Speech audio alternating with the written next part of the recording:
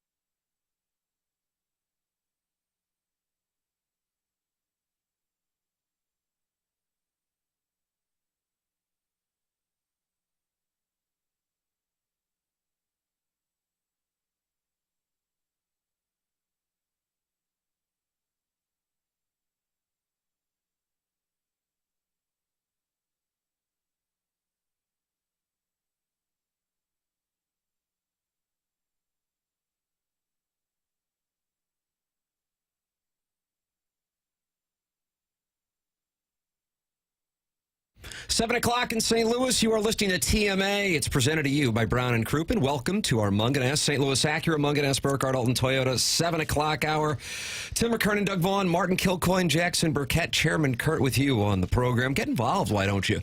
Watch us. See who's cutest. Oh.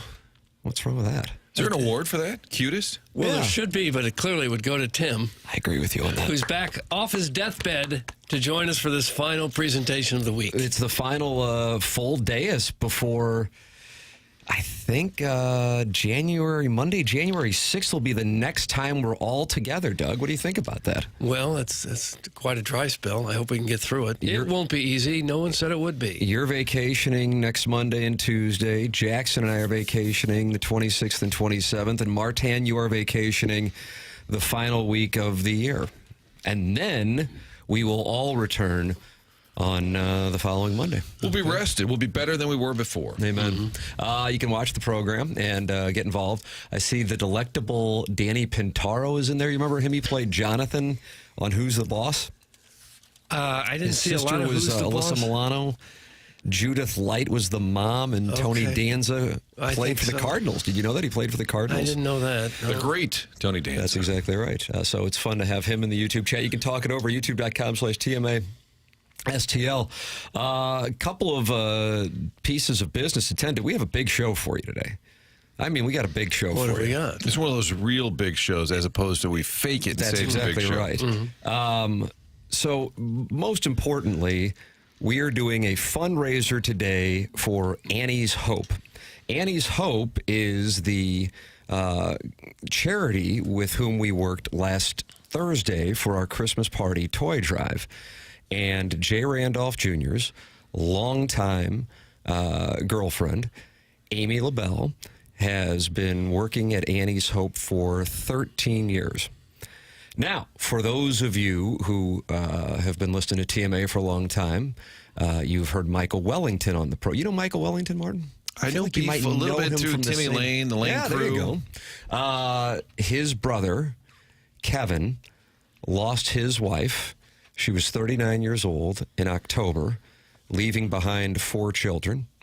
And what Annie's Hope does is provides counsel and guidance for children who lose significant people in their lives. And usually, certainly, it's parents, but it, of course, can be siblings, could be close friends.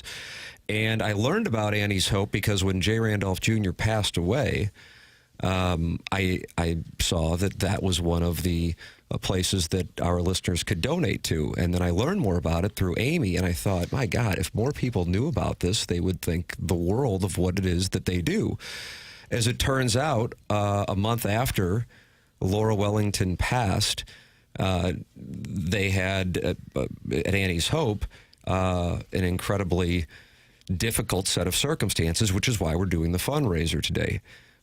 There was water damage on November 5th that took out half their office. All the offices, all the storage, 3 of the 9 support group rooms are now stripped down to bare concrete and steel studs. They don't know how long it's going to take, but all of their archives are gone, and it's going to be 6 figures plus to get things back up and running. So what I would like to request today from our audience is, if you can, go to, and we've sent these out on social media. The links are out on TMA STL on Twitter, on the TMA fan page on Facebook, on Instagram. This is where you can go to donate, if you would be so kind, as we have a big show today, and we figure with the last show with the whole group before the Christmas week, it's a perfect time to do it. Go to donorbox.org/2024 TMA campaign. Donorbox.org/2024 TMA campaign. And that is where we hope that we can raise some money for Annie's Hope and Jay Randolph Jr.'s longtime girlfriend, Amy, who has been there for 13 years, and all of the families who have worked with Annie's Hope over the years. It's been in St. Louis for more than a quarter century, and they are facing quite a bit of adversity because of a flood on November 5th. So we thought, final show before the Christmas week with the whole group together, this could be a way that we could help Annie's Hope. So that is what we are doing throughout the course of the broadcast today. On the dossier, with Indiana taking on Notre Dame, we have friend of the program, possibly my biological father, Joe Theismann, joining us at 7:35. It's not out of the question that he's dad. It's possible. Okay. He does address me as son. It's awkward. Have the two of you taken blood tests or anything? Well, Got a I know workup he was on the phone with Producer Joe when Producer Joe was working at the Inside STL offices, and my dad, being a big Notre Dame fan and then also aware of the implications that he might be my father, said, "Oh, can I talk to him?" So my dad gets on the phone with Joe Theismann. You can picture this, Martin. Did he rip him? It's probably better, Timmy, if he's your dad. It's fine. And then Joe Theismann requests to talk to my mom, which is kind of a cuck. Yeah, kind of a cuck. big time. Well, that's when Daddy likey. And my dad, said sure, why not, and gave the number, and I don't know where things have gone since then. We'll revisit that coming up at 7:35, and look ahead to tonight's 20-degree temperatures in South Bend, Indiana, for Notre Dame and the Indiana Hoosiers. But your mom hasn't been taking unexplained out-of-town trips, vacations, or anything? Not as far as I know, but I know she really likes going to Clayton for drinks. Oh. Yes, Daddy, I did. Well, at the end of the show, we'll do a Maury. We'll have a blood test. We'll announce it at the end of the show, so you have to stay tuned the entire 4 hours. That's how you're going to find out. Kevin Wellington is going to be with us at 8 o'clock to tell us about his experience with Annie's Hope. We were texting yesterday, and he raved about what they did for his family and some of the peers he now knows through Annie's Hope. Joe Buck, representing the Indiana side of tonight's college football playoff game, with us at 8:30. And Martin, you have talked with him. He is not going to the game? I'm not sure. Oh. Actually, we booked him for 8 o'clock, and then Jackson said, we moved him to 8:30. This is the other day. This is before Kevin Wellington was on at 8. And I thought, who in the hell are we kicking Joe out for? And I can't remember why. I think he said he liked the way it lined up. Joe Theismann at 7:30, Joe Buck at 8:30. So it was just the rhythm and flow of the show. But I've only texted about the game, so I'm not sure. He actually wanted to be on, Doug. He knew it was a big day, and he thought it made sense that he came on this particular show. Yeah. And you told him, well, we're not sure. I said, we'll see if we can wedge you in. We're awfully loaded. We got 4 hours. John may call in again. Not just anybody gets on this presentation. I mean, he's got a Green Bay game, so he could just hang out up north. Oh, yeah. As if the 45-minute I think he flight is too should much. be there. I agree. I don't know if he will be there, but he should. I'm going to chastise him if he's not. I would love to go to that thing. So Joe Buck with us coming up at 8:30. At 9 o'clock, Rams Super Bowl legend Mike Jones. And Martin, he's got some tales to tell. Yeah, and he texted me yesterday. He's got an event that honors sort of the Demetrius Johnson giving this time of year. So he wants to tell folks about that event. And maybe we'll ask him about that Rams reunion, because remember, Coach Vermeil wasn't invited to the L.A. Rams reunion. Seems petty. Well, they said he was invited. They just wouldn't pay for his airfare or his hotel. Otherwise, he was invited. So maybe, I don't know if Mike may not want to touch on that, but I'll bring it up awkwardly. I like that. That's at 9 o'clock. Joey Vitale at 9:30. Gabe DeArmond at 10:15. The Design Air Heating and Cooling email of the day at 10:45. So there is your dossier for December 20th, 2024. Now, what do we call this, Jackson? Honesty in media? Always have. Full transparency. I didn't sleep 1 minute last night. Doug, I'm dangerous right now. I'm liable to say anything. You just tossed and turned all night long? I'm just still not healthy, to be real straightforward. So I'm going to stay in my little corner and not try and get my spittle on you. Oh, right. And I'm just, I don't know what to say. It's been 3 days and I'm still not right. But I told Amy that we would be doing this fundraiser today, and I wanted to make sure that we did it, and I knew we had a big show lined up, and plus missing 3 straight days is not necessarily, the form that you want to have. So that is the set of circumstances, but we got a big program lined up, and tip of the cap to everybody involved for putting it together. Tip of the cap to producer Joe. Producer Joe got us Joe Theismann. How about that, March? I think we just mentioned it on the show, and he hopped to it just like that. He texted me right away. Is he going to want compensation for that? I would think so. What is it, $1,000 a guest? Is that we'll split the gift card in half. Just cut it right down the middle, and you show up and tell them it's half off. Tim, can I offer you a recap? What do we got? Of Wednesday. I know you probably went back and listened to the entire show. So I was prepared yesterday with the Wednesday recap. I can provide that. And I also have the Thursday recap. So I don't want you to be lost. There's a lot of inside jokes on this show. Right. I'm still on episode season 3 of 3. TMA, so I'm way behind. It's like math. If you fall behind, you never get caught up. Doug was still auditioning for the show. I haven't quite plowed through that yet. But on Wednesday, here you go, Tim. I know you missed it. Jackson asked about eating oranges while in the shower. Says that's a thing, that you eat an orange while you're showering. It's erotic. So I never said it was You erotic. insinuated I said it was primal to like eat it and let the juices go all over. Have you done this with a lover? No. Are you naked when you do That's this? a solo move. You do that you do that quietly without telling anybody. So you like the opening scene of American Beauty? Similar, yes. Okay. And you're naked while you do this. Well, you're in the Yeah, shower, of course. right? You're in the shower. Standing naked in the shower, eating an orange. Letting the juices flow all over you. I just felt Tim needed to know this in case it's referenced again. By Theismann? Well, it did come up a couple of times on the show. I was communicating on the TMA fan page on Facebook last night with friends and foes alike, and I saw Chairman Steve make reference to Jackson using the shears on a mic drop and saying Vladdy needs to go eat an orange in the shower, and I go, God, I don't know what he's talking about. Is this like some reference? Is this like a communism thing that they eat oranges in the shower? It must be. I didn't know. Yeah. A lot of talk about eating grease missiles. That's what he Grease calls. missiles. That's what he calls the QT food on the rollers. Calls them grease missiles. Well, I kind of like that. And it took off. Grease missiles is now a thing. We stumbled into an NBA segment both days, really. Do you feel like that was the grooming again? I have to say, I think I brought it up one day. Wow. Although Honesty in the media. It might have been in the links, so it was forced. The surprise guest on Wednesday was the lovable Darren Pang.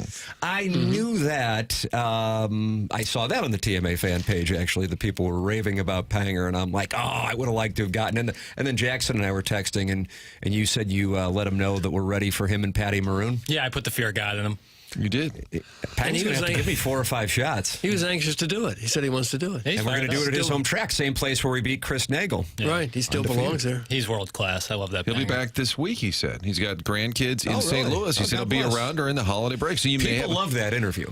And with people Panger. love Panger. Yeah, when he they do. left, I said, does anybody dislike that? Like, every announcer has detractors. Yeah, you're right He may about be the that. only one who doesn't have. Have you ever heard anybody say, he's not my cup of tea? God. I've never heard that. That's amazing that you bring that up. But yes, now that you mentioned that, especially like a color commentary guy, yeah. Jackson awkwardly called Jamie Rivers JR and then kind of walked it back and said, but what would you. But yeah, your name is JR, Jamie Rivers. Did Jamie Rivers enjoy that? I don't think so. No. Jeremy Rutherford, the actual JR, was here, and I offered him a book idea, 101 Things to Do in Jefferson County Before You Die. And he embraced it. We found out where the best bison burger in St. Louis is. Bob Hope was discussed, as were payphones. Martin and Jackson will be picketing the Vitale Christmas party. We're going to be outside with signs. Oh, nice. Sort of like a union thing, and we're screaming scabs at everybody that goes in.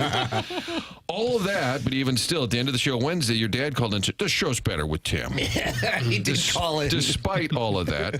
That was the Wednesday show, Tim. And then Thursday, once again, loaded for bear. Martin's dangly bits did a drive-by on Doug. We thought it was a serious caller. And then he went naughty at the end. And Oh, yeah, that's how they sometimes get you. I got nicked. Yeah, I got that's how they nicked. sometimes get you. That's the old bait and switch, Martin. Jackson really loves the Memphis Redbirds uniform. Feel strong about that. Mad Dog Russo hates Christmas. Really? We struggled in the simplest task, which was getting Robert Thomas on the air. 3 times we went to him and he wasn't there. He was overseas in Tampa. He was there and he said, I thought you guys were doing a bit. We kept going. We couldn't hear him, but he could hear us. Jackson was sweating bullets at that point. Yeah. Were you? Were you tight? No, I mean, I figured that we'd get it eventually. If it was anybody like, and not a shot at anybody, but like it's Robert Thomas on the phone, like not necessarily a guy who's like done a million radio interviews. So like you want to, and he plays for the Blues, you know. So that made it a little tighter. Robert Thomas awkwardly put me in my place. So yeah, well, goals are hard to come by. When I said they weren't scoring much. It was like golf's a hard game. Oh, that's how like good golfers always say, hey, what's going on with so-and-so? Well, I mean, it's a tough game. So that was kind of what we got yesterday. That's what we got Robert Thomas. Yeah, caller John was a guy kind of mumbling about the Bears and Chiefs, asking Doug only questions, and then people thought it was either Rich Gould or John Hadley calling in. That was the They have 2 different sounding voices. a lot of John will get you. Hey, mate, Doug. The Bears play this weekend. Coach Drink asked the Kelsey brothers their favorite post-game snack. We didn't think it was drink. Doug did, so I texted the SID at Mizzou What to have we find gotten out. on that? Because I'm curious. Absolutely not him. Absolutely not. But Mizzou has been contacted by a number of folks wondering if it was, in fact, Coach Drink. I think it must have been AI because it sounded a lot like him, but not exactly like him. And then I saw the Colonel tweet that it wasn't him, and then I'm like, oh, I guess I'm a mark-ass buster. Listeners were furious that we mark-ass buster. The listeners were upset that we were such rubes for thinking it was. We spent like 3 segments on it. And then I promised to contact Mizzou, and people were texting, do it, contact Mizzou. And I said, this is a little awkward, trying to not take it too serious. There's a thing called throning, which Anna Marie would be guilty of, dating Tim just because it makes her more of a celebrity. I get that. Throning, right? I get that. Tim might be having transgender surgery. That was suggested on the text line. That's live. Let's see here. I believe, let's see. I think that might have been. We had a Federico discussion about Foam Lake. Pretty lengthy discussion about his hometown of Foam Lake. And I believe, and then at the very end, Tim's dad called in. It's not as good without Tim. He said it again. So there you have it. You're up to speed on all things TMA. Man, that's nice. Former fan page moderator Neil Allen Craig Paquette says, I absolutely love this recap. Jimmy Recap says, Tim, my condolences on your sickness. If you need a new immune system, I offer mine as tribute. Oh, come on. Well, he saved his Jimmy Recaps, but he goes by Afton Altar Boy. Okay. Interesting. And he's going to give you his immune system. Smack those kids for me when you get home, Tim, and that wife of yours needs to protect you from their diseases. That's from Chairman Steve in Wildwood. So it's on her. It sounds like it's on her. Yeah. I thought that my 2-year-old had food poisoning on Sunday night, and then maybe he just got sick twice in a week. Although that doesn't seem like that's the way that it usually works, right? Because he went to the Vomit Comet 2 Sundays in a row. Yeah. My older son was on the Vomit Comet last Wednesday, and Doug, I was on the Vomit Comet late Tuesday, early Wednesday morning. And man, do I hate going on the Vomit Comet. Well, and it was taco night, too. So I had to release the devil that was taco night. It made it all the more. And I knew it was coming, too. And hard shell, soft shell, or hard soft shell. Oh, that helps a little. Yeah, you're right. That's a good point. You really broke that down. I was like, why does he want to know? Like, actually, that is a fair discussion. Back up. It caused esophageal issues. It sure could have. It's going brutal. around. I know a lot of people who have it. Brutal. You just try to battle through it for about 3 days if you can. But here we are. So, a big program lined up today, and we want to raise money for Annie's Hope. Once again, the link to donate, donorbox.org/2024 TMA campaign, as we raise money for a wonderful charity with longtime TMA ties because of Jay Randolph Jr.'s longtime girlfriend, Amy LaBelle, working there for 13 years. They went through a flood on November 5th. They have 6 figures in damage, and we want to try to raise some money for them for our final show with the whole group together before Christmas. We'll be in next week, but people will start taking vacation. Doug out on Monday and Tuesday, me and Jackson on Thursday and Friday, and Martin is going the following week. And you're going down for the Music City Bowl, I guess, and you're going to celebrate it the whole week. Family sort of asked that we go early, kind of prepare. Maybe be there for the walkthrough even. 3-day Cheer the squad on. I'm just going to yell at Coach Drink. Great call to the Kelsey brothers. Really enjoyed you on the Heights. Suggest some play action, too. In honor of Skip Irwin. You have to yell that from the press box. Don PP says, he looks so fragile and sickly. It breaks my heart. Doug, that's in the YouTube chat. Heaven's sake. A lot of people said they would drop soup off at your house. I don't know if that took place. No, I mean I've had Jell-O. I've had a lot of Jell-O. Have you? That's it. I was telling you boys before the show started. I usually weigh about $155. I mean that's $155. That's a big brick ass house right there. It's a large one. Like a starting linebacker in the NFL. Oh my God! How did St. Louis U High cut me from the football team? Coach Politics. He still regrets it. But I weighed myself the morning after visiting the Vomit Comet yesterday. And I was, or 2 days ago, whatever the hell it was at this point, $148. $148. Holy crap. I need a cleanse like that. God almighty.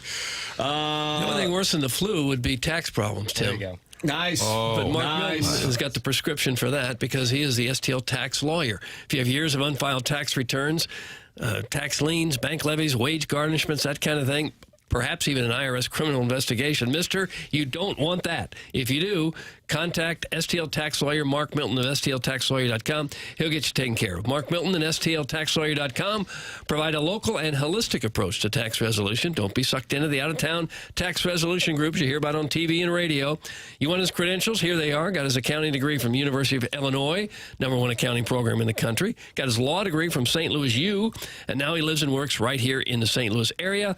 Mark Milton started his legal career with the Department of Justice Tax Division in Washington, where he represented the IRS in tax cases around the country and received the DOJ's Outstanding Trial Attorney Award. This guy is the best of the best, and he now helps individuals and small businesses solve their tax problems. So if you have any IRS issues, contact Mark Milton at STLTaxLawyer.com today, and you'll be saying, hey, IRS, I'm not guilty. I'm with Milty. Remember, the choice of a lawyer is an important decision and should not be based solely on advertisements. We'll take a commercial break. Joe Theismann, 7:35. Joe Buck, 8:30. Mike Jones, 9 o'clock. Joey Vitale, 9:30. Gabe DeArmond, 10:15. Design Air Heating and Cooling email of the day, 10:45. Today we're raising money as we enter Christmas week for Annie's Hope. Please donate if you can to this wonderful charity, donorbox.org/2024 TMA campaign.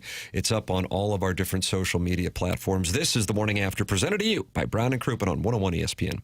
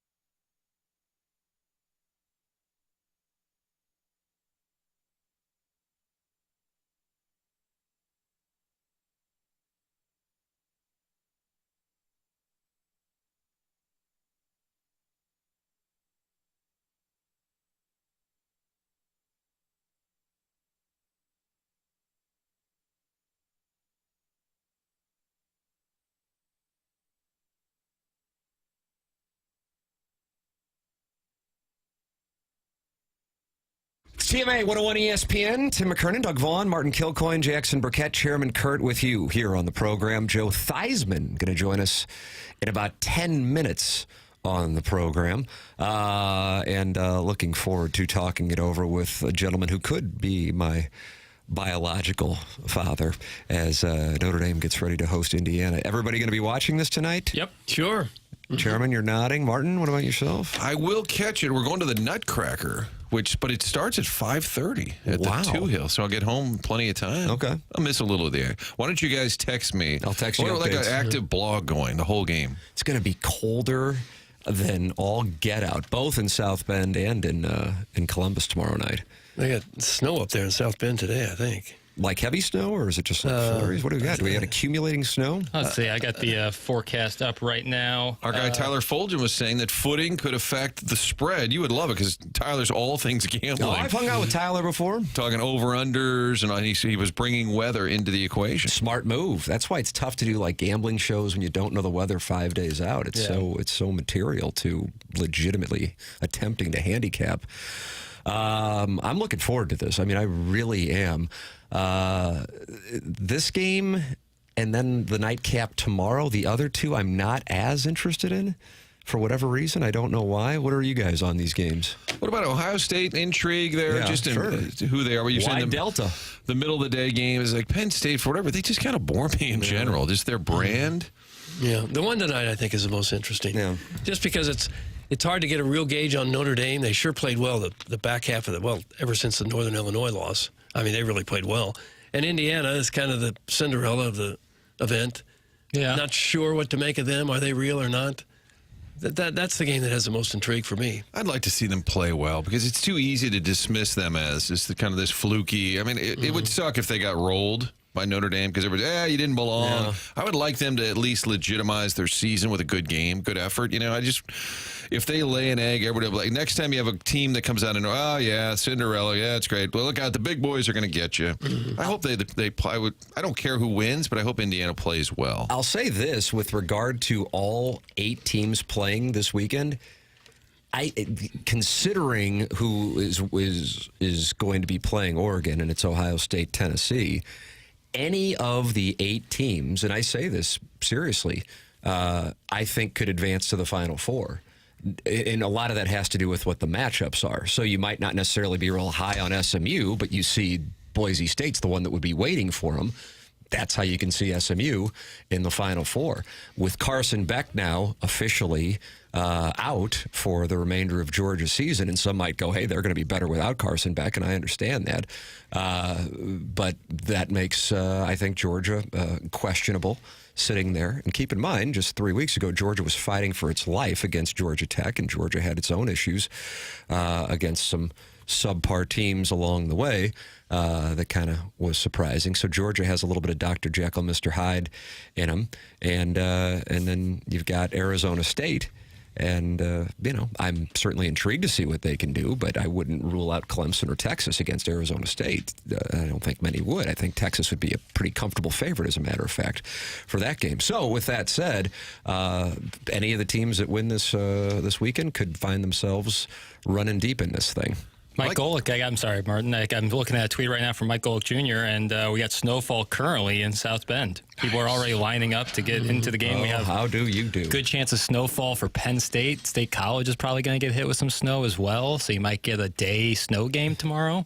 Not bad. I like the story about Carson Beck. If you read it at ESPN.com, it says he's exploring surgery, and they said it's unlikely he'll be able to play. I'm like, he's exploring surgery. I would say he's probably out. I mean, it was over the night that you saw him get hurt in Atlanta 2 weeks ago. But I mean, I guess I get it. There's no upside in releasing the information. But that ship sailed, which is why I thought there was some value on Notre Dame and Indiana, just because they're not going to be facing the Georgia team that made its way to the SEC championship. It's snowing, too, Mr. Tim. Notre Dame football tweeted the pic. It's gorgeous. That's from Brian Henson. I wonder if he's covering the game for the Indianapolis Star. I doubt it. He's got a busy day of texting lined up. A lot of high school activity there in Indianapolis, so that's probably where he'll be. Wondering if my ex-towny skank girlfriend from Champaign is going to be in town this weekend for bragging rights. Y'all could take a ride if you want. That's from the recovering alcoholic from Belleville and Webster Grove. So, Doug, that's something to think about. Skank is such an ugly word, isn't it?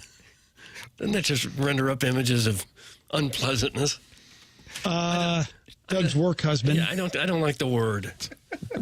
Well, he's a sponsor, though. He is a sponsor, so it's fine. He can use it. So is Seth Goldcamp online at designairsurface.com, sponsor of the email of the day, Design Air Heating and Cooling. Send your emails in the morning after at InsideSTL.com and compete with the greats like Buck Swope, who has 5 wins so far this month. Our Milagro Tequila Listener of the Year, Buck Swope. JV Golf Coach with 2 wins. Bill Gapes with a win. And Tom Bernansky's Batwing with a win, along with Los Ween, Brad and Boca, and the self-made stay-at-home Ledoux Mom and Marcia's Burner, all with wins. You can get a win by emailing in for the Design Air Heating and Cooling email today, the morning after at InsideSTL.com. Doug's a client. Martin's a client. I'm a client as well. Work with Seth Goldcamp and his staff. It's Design Air Heating and Cooling online at designairservice.com, the longest-running sponsor on TMA. We'll take a break and have Joe Theismann join us coming up on the other side of the break. This is TMA on 101 ESPN.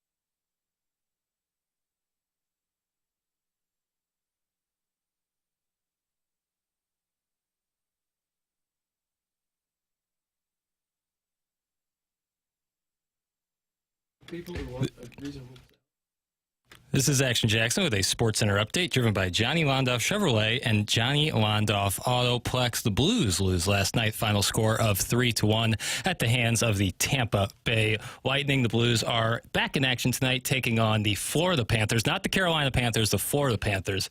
Pre-game at 5 p.m., puck drop at 6 p.m. That was another Sports Center update driven by Johnny Londoff Chevrolet and Johnny Londoff Autoplex. See them at londoff.com. Chevy, together we drive. Are you kidding me?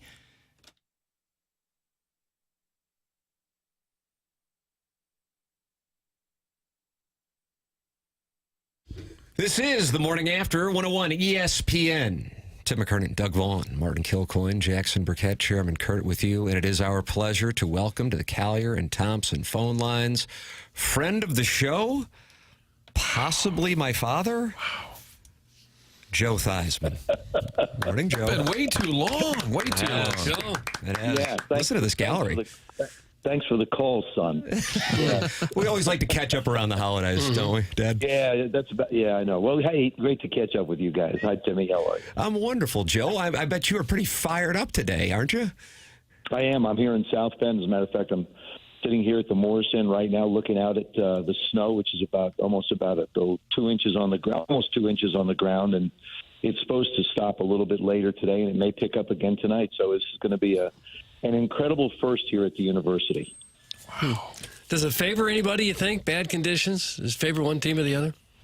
I don't know about teams. It favors sides of the ball. I think it favors the offense because you have an idea where you're going, and the defense has to react. And I think I don't know if the field's heated or not. These guys play in all kinds of weather, both Indiana and Notre Dame. So, I think that Indiana likes to throw the ball, and they do an excellent job with it, and that could be a factor in the favor of Notre Dame. Notre Dame really runs the ball and has run it very well, and I think that's going to be important in this football game. So, if I was going to lean anyway, I'd probably say the weather, if it does do this tonight, but maybe favor Notre Dame. Joe, did you play in the snow? What was the worst weather game you had? Worst weather game I played in was a professional football game in Buffalo, the last game of the season. Seating capacity, 75,000 total fans, 5. Oh, it was cold. It was windy. It was snowing. It was, as a player, if you watch it on television, you see the snow come down. Everybody goes, oh, my goodness. But when you're really on the field, it's not that bad. We've seen Buffalo, obviously. You've seen Buffalo play this year in the snow. And offensively, as long as the footing is good, and the key is what kind of shoes you're going to wear. What kind of spikes do you have? You have to get out early. That's one of the things I used to do is get out early. I'd have 3 or 4 different types of shoes that would have different soles on them. I had metal tip shoes sometimes. Sometimes you'd have the rubber bottoms. Is the surface grass? Is it turf? Obviously, we have turf here. Those are all factors you have to think about. And normally you just go out and play football, but you have to really have to think about the equipment. It's like, what kind of tires do you have on the road when it's slippery and wet? That's pretty much basically the way it is for a football player getting ready. When you go to a game there, do they still treat you like royalty? Do you get your own suite there? What's the experience like for you when you go back to a game there? Everybody is so kind and so wonderful. I mean, it's just having played here and enjoyed the success that we did as a football team. And there's been a lot of different people that have come back. Tim Brown will be here. Jerome Bettis will be here. There's probably going to be about a dozen of us that have come back for this one. I mean, this is special. When I think of the University of Notre Dame, of course, I love it tremendously, but there haven't been too many firsts. In college football, I happened to have the opportunity to go to one of the first bowl games in 50 years, back in the 70s. But this is the first time the university is going to host a playoff game. And, it's an 8 o'clock game. It's the only game on. I mean, it's the state of Indiana is going to be watching because you're playing Indiana.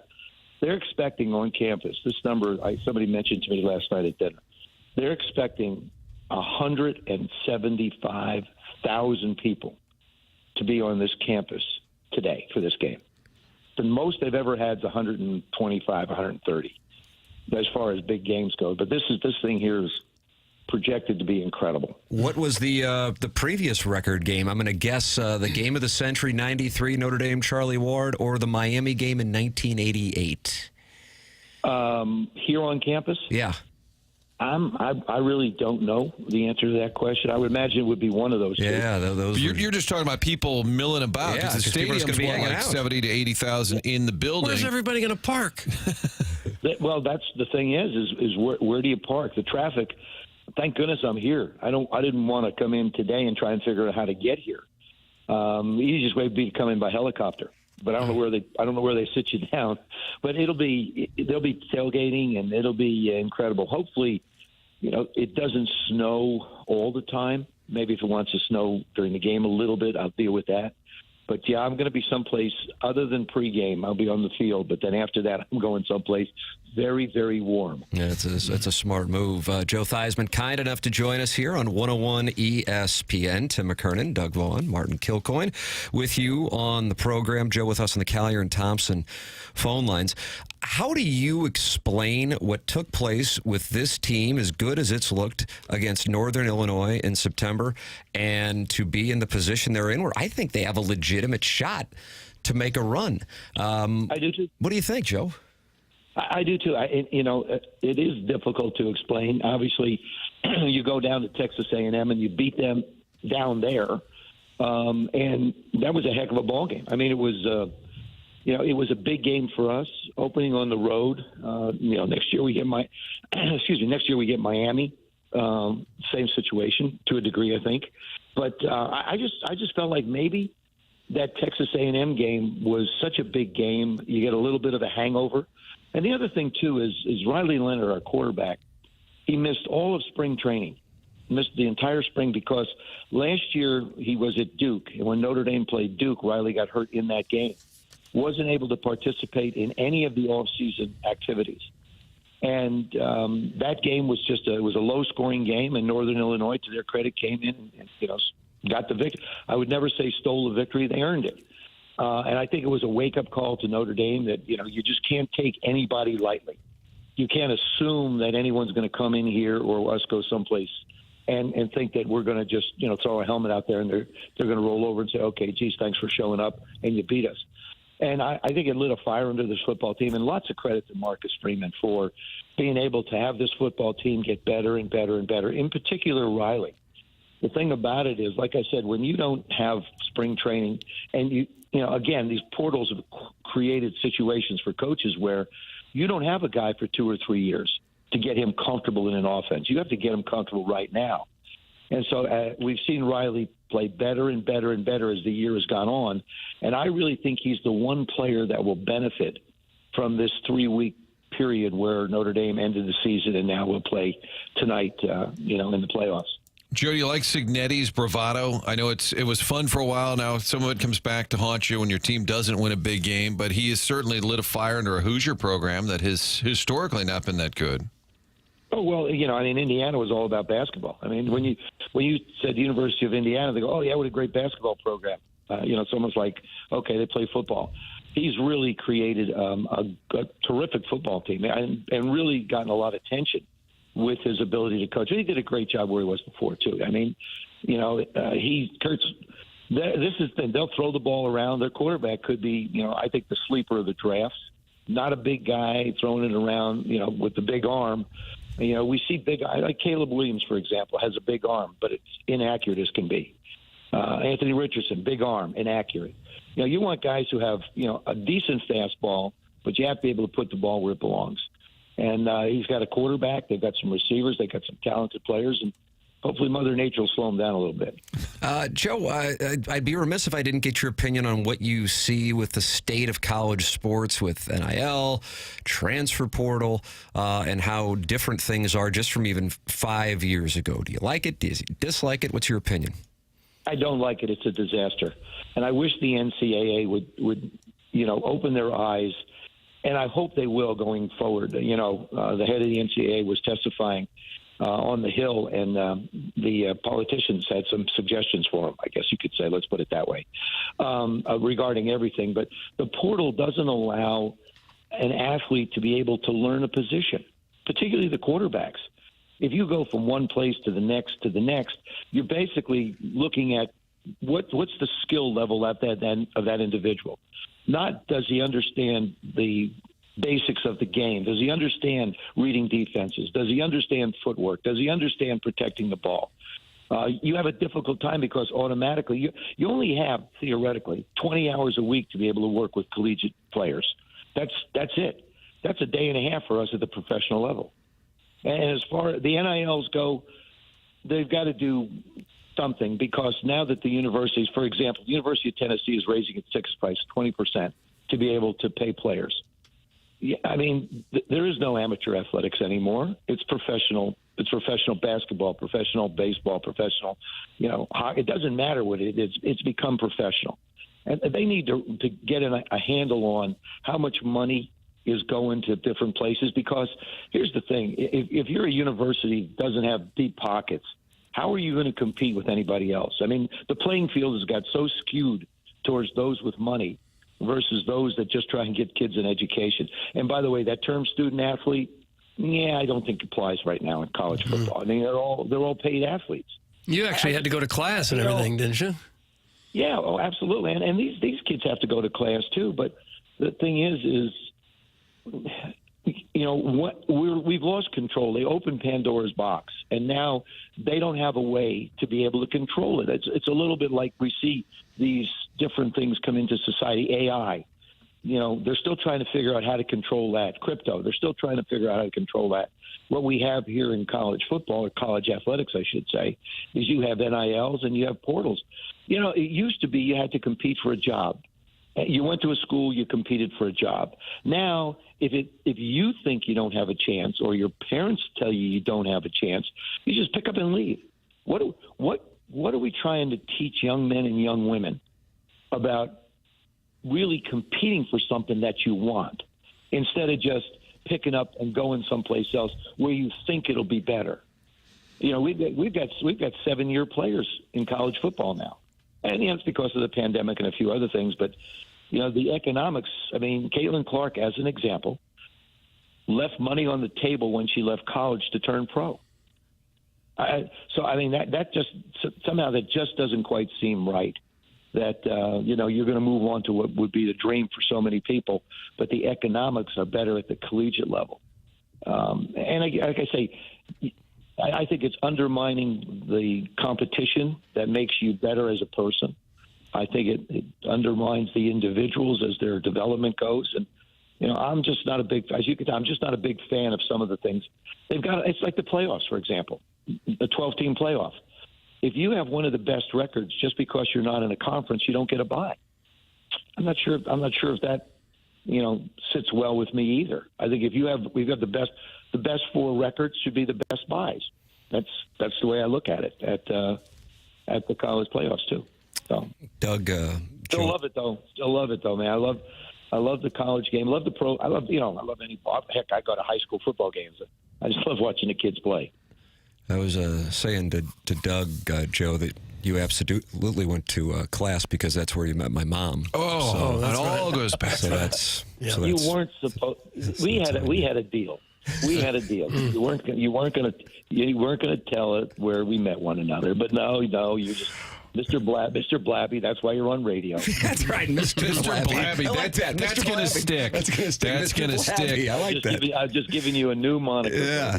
Joe, you gave me life and now a moniker. That's so wonderful, isn't it, Doug? Full circle.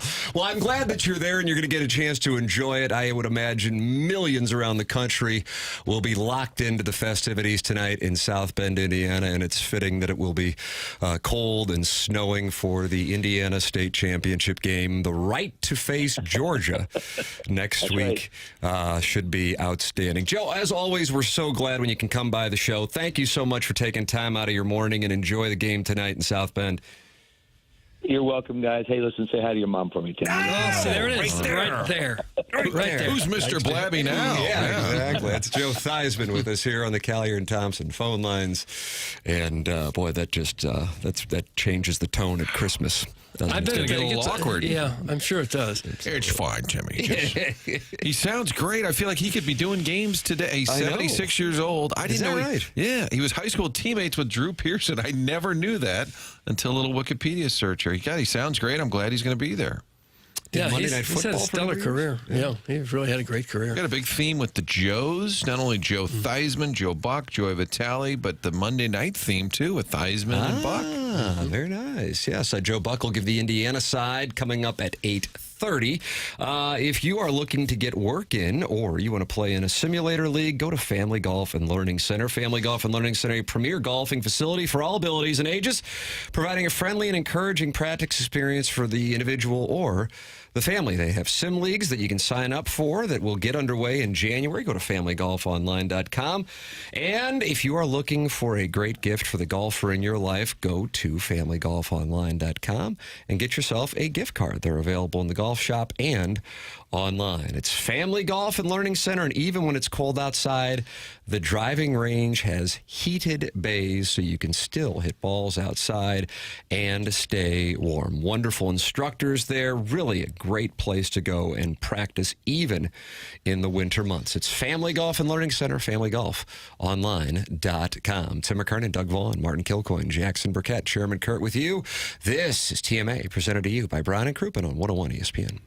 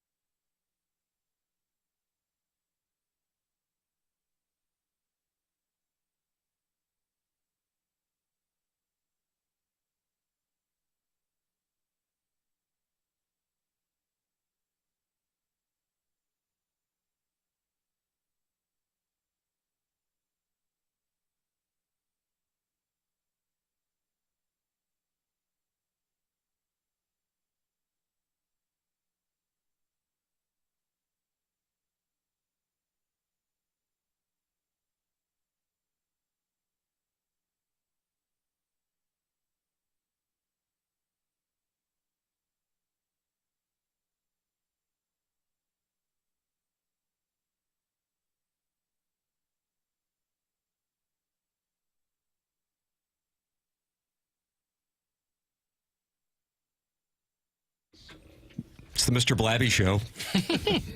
Tim McKernan, Doug Vaughn, Martin Kilcoyne, Jackson Burkett, Chairman Kurt with you on the program. Call in Collier and Thompson phone lines 314-974-0101. Text in Air Comfort Service text line 314-399-9646. And you can watch on the YouTube chat, youtube.com/TMASTL. I just went in there and posted the link to donate to Annie's Hope today. Our final full show before the new year. Doug will be off on Monday and Tuesday next week. Jackson and I will be off on Thursday and Friday. Martin is off the following week. And so in an effort to raise money for Annie's Hope, a wonderful charity that benefits young people who lost family members, we are doing a fundraiser today, and you can donate by going to the following address, which we have tweeted out and posted on Instagram and Facebook. It is donorbox.org/2024 TMA campaign. Joe Buck is going to join us at 8:30. Joe Theismann with us in the previous segment. We're getting the Notre Dame and Indiana perspectives on tonight's first ever college football playoff game on campus. Historic venues this weekend with Notre Dame Stadium, going to Happy Valley, going to Austin, and going to Columbus. Couldn't ask for much more as far as the venues go. Have you been to any of those stadiums? I've been to South Bend a few times. I've been to, is it Darrell K. Royal, I think it is, in Austin. Went there to watch Missouri get absolutely shipped in 2008. And I've seen Missouri play Ohio State, but not there. And I have not been to Happy Valley. What about you? I don't think I've been to any of them. Is that right? I thought you'd been to Notre Dame. Martin, you been to Notre Dame? I've never been to Notre Dame. Yeah. I walked outside the stadium, but there wasn't a game going on. I count it. I still count it. You could be part of that 100,000 that are just milling about the campus tonight.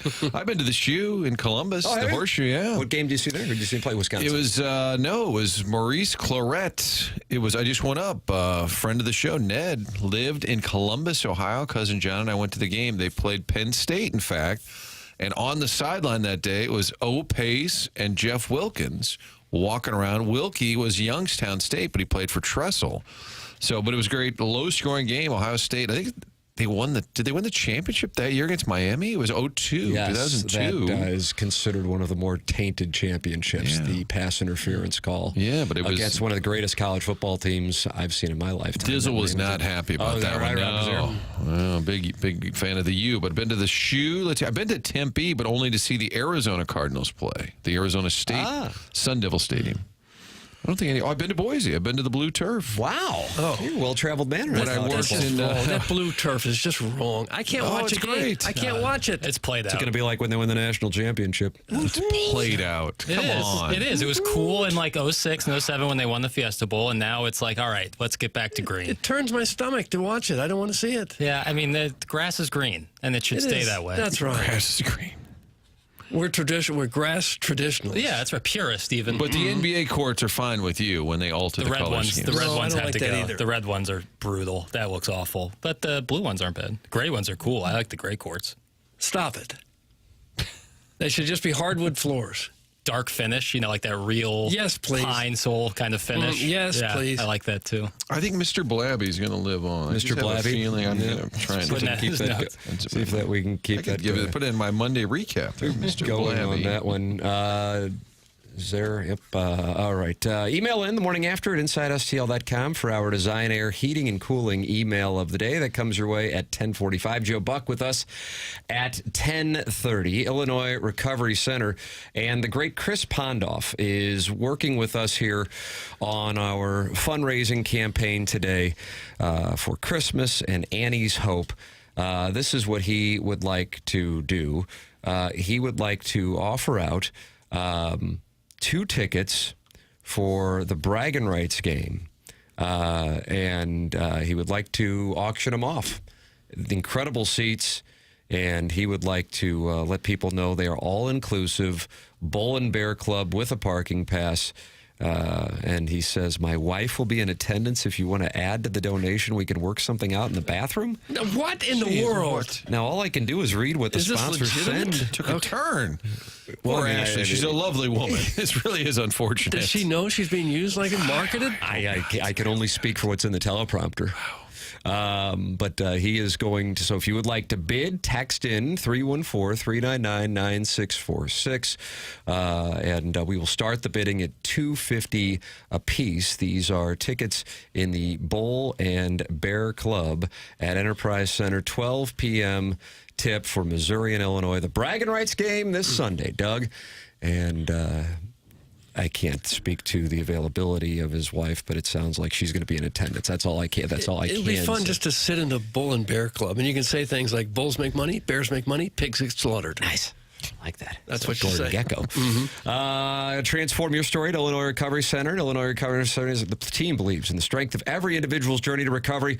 Whether you're taking the first step or continuing your path, the IRC's dedicated team is here to support you. Why choose Illinois Recovery Center? A holistic healing approach, expert care and guidance, safe and welcoming environment, tailored programs for lasting recovery, and top-notch facility and accommodation. Whether you've made the life-saving choice to seek help on your own or you want to be prepared for the other end of an addiction intervention with a loved one, the chance to learn about addiction recovery is available to you at the Illinois Recovery Center in Swansea. If you or someone you know wants more information about the Illinois Recovery Center, please call 888-472-9559 or visit IllinoisRecoveryCenter.com. Joe Buck with us at 8:30, Joey Vitale, 9:30, Mike Jones at 9 o'clock, Gabe DeArmond, 10:15, Design Air Heating and Cooling email of the day, 10:45, Kevin Wellington, brother of Michael Wellington, who has worked with Annie's Hope, is going to join us on the other side of the break to tell us his story. Looking forward to talking it over with Kevin Wellington. That is next here on TMA, presented to you by Brown and Crouppen on 101 ESPN.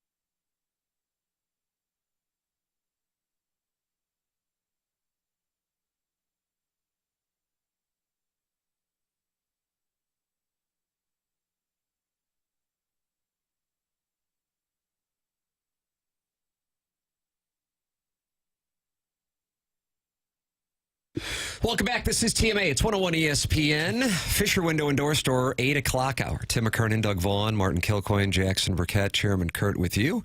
You can watch the show and participate in the chat at youtube.com/TMASTL.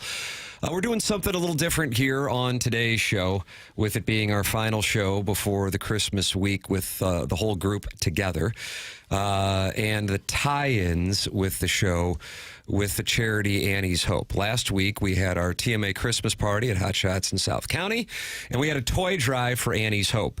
Annie's Hope, for the record, is a center for grieving kids which provides free support services for children, teens, and their families grieving deaths.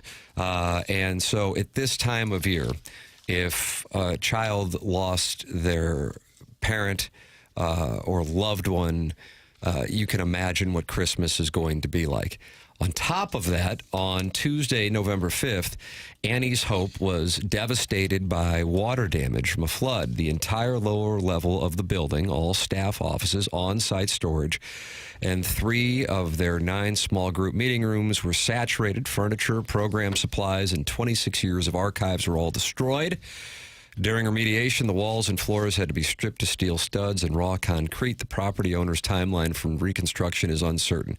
So with Jay Randolph Jr.'s tie to Amy LaBelle, his longtime girlfriend before Jay passed away 2 years ago, Michael Wellington's longtime tie to this program, and his brother Kevin losing his wife 2 months ago and working with Annie's Hope, and just the charitable nature of the audience, and it being the Christmas week, we thought this would be something that we could try to do to raise money, and you can do so by going to donorbox.org/2024 TMA campaign, and to help personalize the work that Annie's Hope does. It is our pleasure to welcome to the show Kevin Wellington. Morning, Kevin. Hi, Timmy. Thanks for having me. Long-time listener, first-time caller. Yeah, he is a long-time listener. Your brother, a regular host here on the program when he's not out on tour caddying. I appreciate you coming on. I know this isn't an easy topic to talk about with your wife passing 2 months ago, but I know that when we were texting, and I was texting with your brother Michael, the support you've gotten both from the community and from Annie's Hope has really helped you, as you have 4 young children. So I think a lot of people in the audience aren't necessarily familiar with Annie's Hope, and I thought you would be able to give some background for what your experience has been for you and your 4 children. Yeah, I'd be happy to do that. And, they have been a great asset to what I've endured in my family.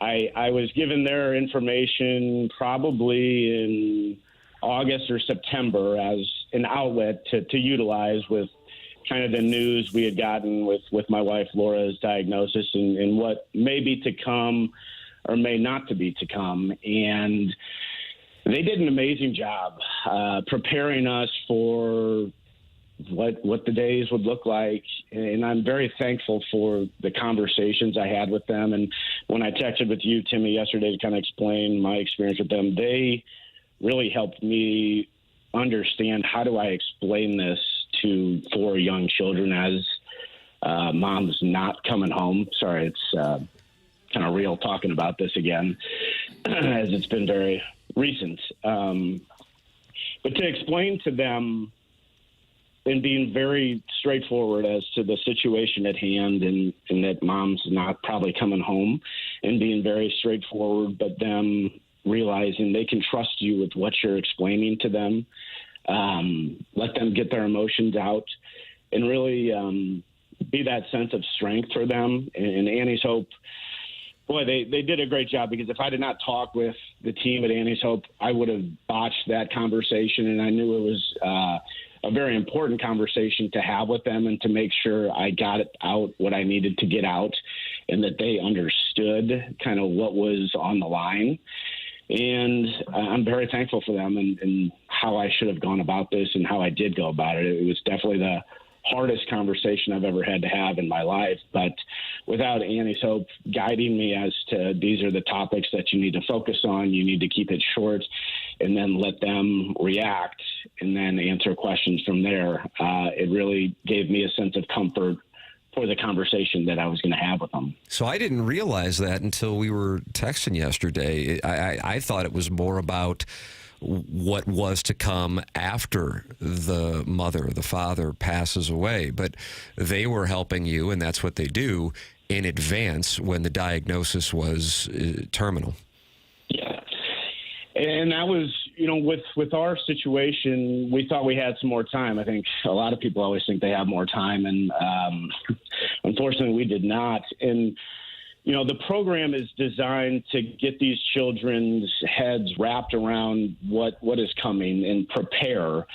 So we thought we had some, probably 8 to 12 weeks where Laura would be in hospice, and we would get the children set up at Annie's Hope to start going through what's to come. And clearly our timelines got expedited, unfortunately, and she didn't end up going to hospice. So we kind of had to pull the trigger and make these quick calls. But it's all about the preparation, and my focus was and always is my children. And how do you handle this? How do you handle them with a life event that is happening? Nobody can really prepare you for this, and Annie's Hope did the best that they could. But yeah, it's all about what is to come, and then even after the situation with the groups that they have, the events that they do. It's full, all-encompassing to me. It's before, during, and after. And, I wish I had gotten their information earlier on to really get the kids into these programs sooner rather than later. But, that's water under the bridge for right now. I was texting with your brother, Michael, and many longtime TMA listeners are familiar with, and he said the support you've got, not just from Annie's Hope, but from the community, has been absolutely incredible. How are you doing? How are your 4 kids doing? Yeah, I appreciate you asking that. And yeah, I mean, boy, the community, you don't really realize it. And being a part of a community, you just never want something bad to happen, just in thinking about it, where everybody rallies together. And I've been blown away, Tim. It's been emotional with the outreach and the letters. I have a full box of letters that people have mailed me, emails, donations that people have done. And also Annie's Hope was who we wanted our donations to go to in lieu of flowers for Laura, because of the long-term goals that they have of these kids. And that's the focus. And my kids, they're hanging in there. It's clearly Thanksgiving was really the first holiday we had, and it's different when there's an empty seat at the table. Christmas will be a challenge, but these kids are resilient, and I've had great conversations with family, friends, and people that have had loss worse than mine. And, they do get through it. And I'm thankful for the school, the activities that they're all in. I'm a guy that's kind of always on the go and moving, and my children do the same, because when you're sitting around and sulking, it's not doing anything good for you. And whether it's practice or choir or different things, if we're moving and grooving, that's helpful to the kids. But they'll have their moments. They all come, as we all do, and they come at different times with each kid. And as I told them, I said, we're going to have good days, we're going to have bad days, but we're going to have these days together. That's what I told them on the Thursday before Laura passed on Friday. And, it's a team. It's not just the 5 of us at this house. It's the entire community that has really rallied around us. And I'm so thankful for them. I really, really, truly am. Hey, Kevin, it's Martin. I don't know you. I know Beef, Wellington, to the Lane. Are you part of the Lane posse there, that Westboro 130 Elm Lane crew, Timmy Lane and company? Do you know that through Michael? Very familiar with them, yes. The whole crew. Well, we lost our daughter a couple of years ago, and she had a son, so we've been raising our grandson for a number of years. And I will say that one thing over time, I remember what the pastor said at the time. He said, you'll never get over this, but you'll get through this. And then one thing, somebody along the way suggested and said, just tell stories, talk about mom. Don't think that it's awkward. And you'll get there, and I'm sure you don't need my advice, but I think it's hard. You'll still cry about it, but it's okay to tell stories about your wife to the kids and say, remember when mommy did this or mommy did. The first few times you will cry doing it, but I have found that it's really healthy and helpful for the kids. Absolutely. And there are funny stories that we have, or mom would have been so mad if you had done this or that. And so we definitely have laughs. And I will say, we got one of those Amazon Alexa things that shows pictures from the past, and those pop up with Laura and the kids. And, we talk about that moment or wherever that picture was taken. But, yeah, it's always talking about her, the memories we've created. And I look at it as, and I even said this in my eulogy, is I got to have, 16 years with her. A lot of people didn't. So I look at it as, yes, she's gone, but I got to have a lot more time with her compared to other people. My understanding, and I don't know if it's available somewhere, is your eulogy, considering the set of circumstances, your 39-year-old wife passes away, was one for the ages. And I think it's something that your kids will always remember, most importantly, to take that moment of incredible darkness and use it to inspire them and the people who are there and so close to your wife and friends and family. That's a true moment of strength, and we're getting texts throughout the course of the conversation here, Kevin. What an amazing human. This guy is incredible. His children are so lucky to have him. That's from the 636, from the 314. Hang in there, brother. I lost my wife in 2019. I had 3 kids, all below the age of 12. It's a tough road, but you'll get through it. Hang in there. Much love, brother. That's from the 314. So the support comes in from strangers as well. And that's the name of the game with a great community. Yeah, it's amazing. And cancer doesn't care who you are, how wealthy you are, how poor you are, what you're about. It just does not, it doesn't care. And it ruins so many people's lives. And there's a community there. It's just weird, like, to just be affected by this disease in such a manner. But so many people, the text messages that keep you going on a daily basis. I had a guy who lost his wife a year and a half ago. Never met him. He came by my house and gave me a book that helped him during the process.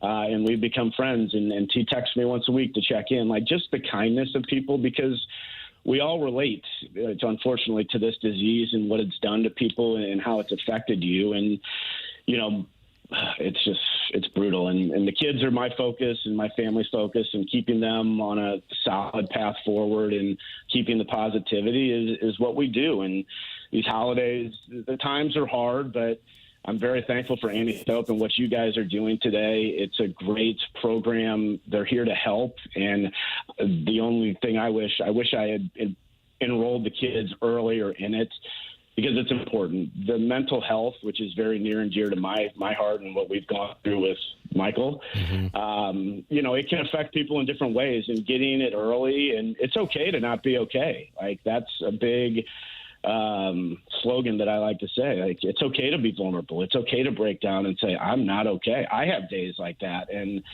I have this facade that I'm a rock and I'm good, but my family, I will say, whoa, it's a bad day today, guys. I am not feeling it. And that's when they come and rally around you. And that's what I want people to do with my children and what I do with them. And in my eulogy, I told everybody, I said, hey, if you see us, give us a hug, give us a wink. And if you see those kids, give them a high five, give them that positive energy, because cancer is the worst. There's no words around it, man. It sucks. Kevin, I'm getting so many texts. People are truly inspired, both to my phone and to our text inbox, by what you have had to say. I know everybody will be thinking about you continually, and especially during Christmas, which I know will be difficult, but you'll have so much support from family and from the community. Thank you so much for coming on and talking about something that I know is not easy to talk about, but I know it's very helpful and I think inspiring for a number of people in the audience this morning. Really appreciate it, brother. Yeah, I appreciate you guys being on. If anybody texts in, and Tim, if they need help or if they want somebody to talk to, that if they're going through something right now, please give them my information, because you have people to rally around. It's important to talk and just share about what you're going through. So whomever, just connect me with them. I'm happy to do it, man. I will be happy to do that as well. Very kind of you to offer. Kevin, appreciate the time, man. Thank you so much. Take care, guys. Take it easy. Thanks, that's Kevin Wellington with us here on TMA. He has firsthand experience with Annie's Hope, who we are raising money for today. And you can make a donation. We have posted on our social media channels. The address is donorbox.org/2024 TMA campaign. Even a $5 or $10 donation will help the cause. Again, the charity is Annie's Hope. I didn't, I said in the commercial break, full transparency to the audience, I'm like, hey, I know Kevin, you guys don't know him like I know him, so I'll just handle this conversation. And I didn't even think about what you experienced, Martin, and how, God, I mean, you've lived it. Yeah, when Kim's daughter died, Holden was 5. And I remember everything, the chaos of the day, everything's going on. And I called my father-in-law and I said, what do I tell Holden? It's his mom. What do you tell him? And I didn't know about Annie's Hope. And in that moment, I had no clue. What do you say? Because they say, don't lie.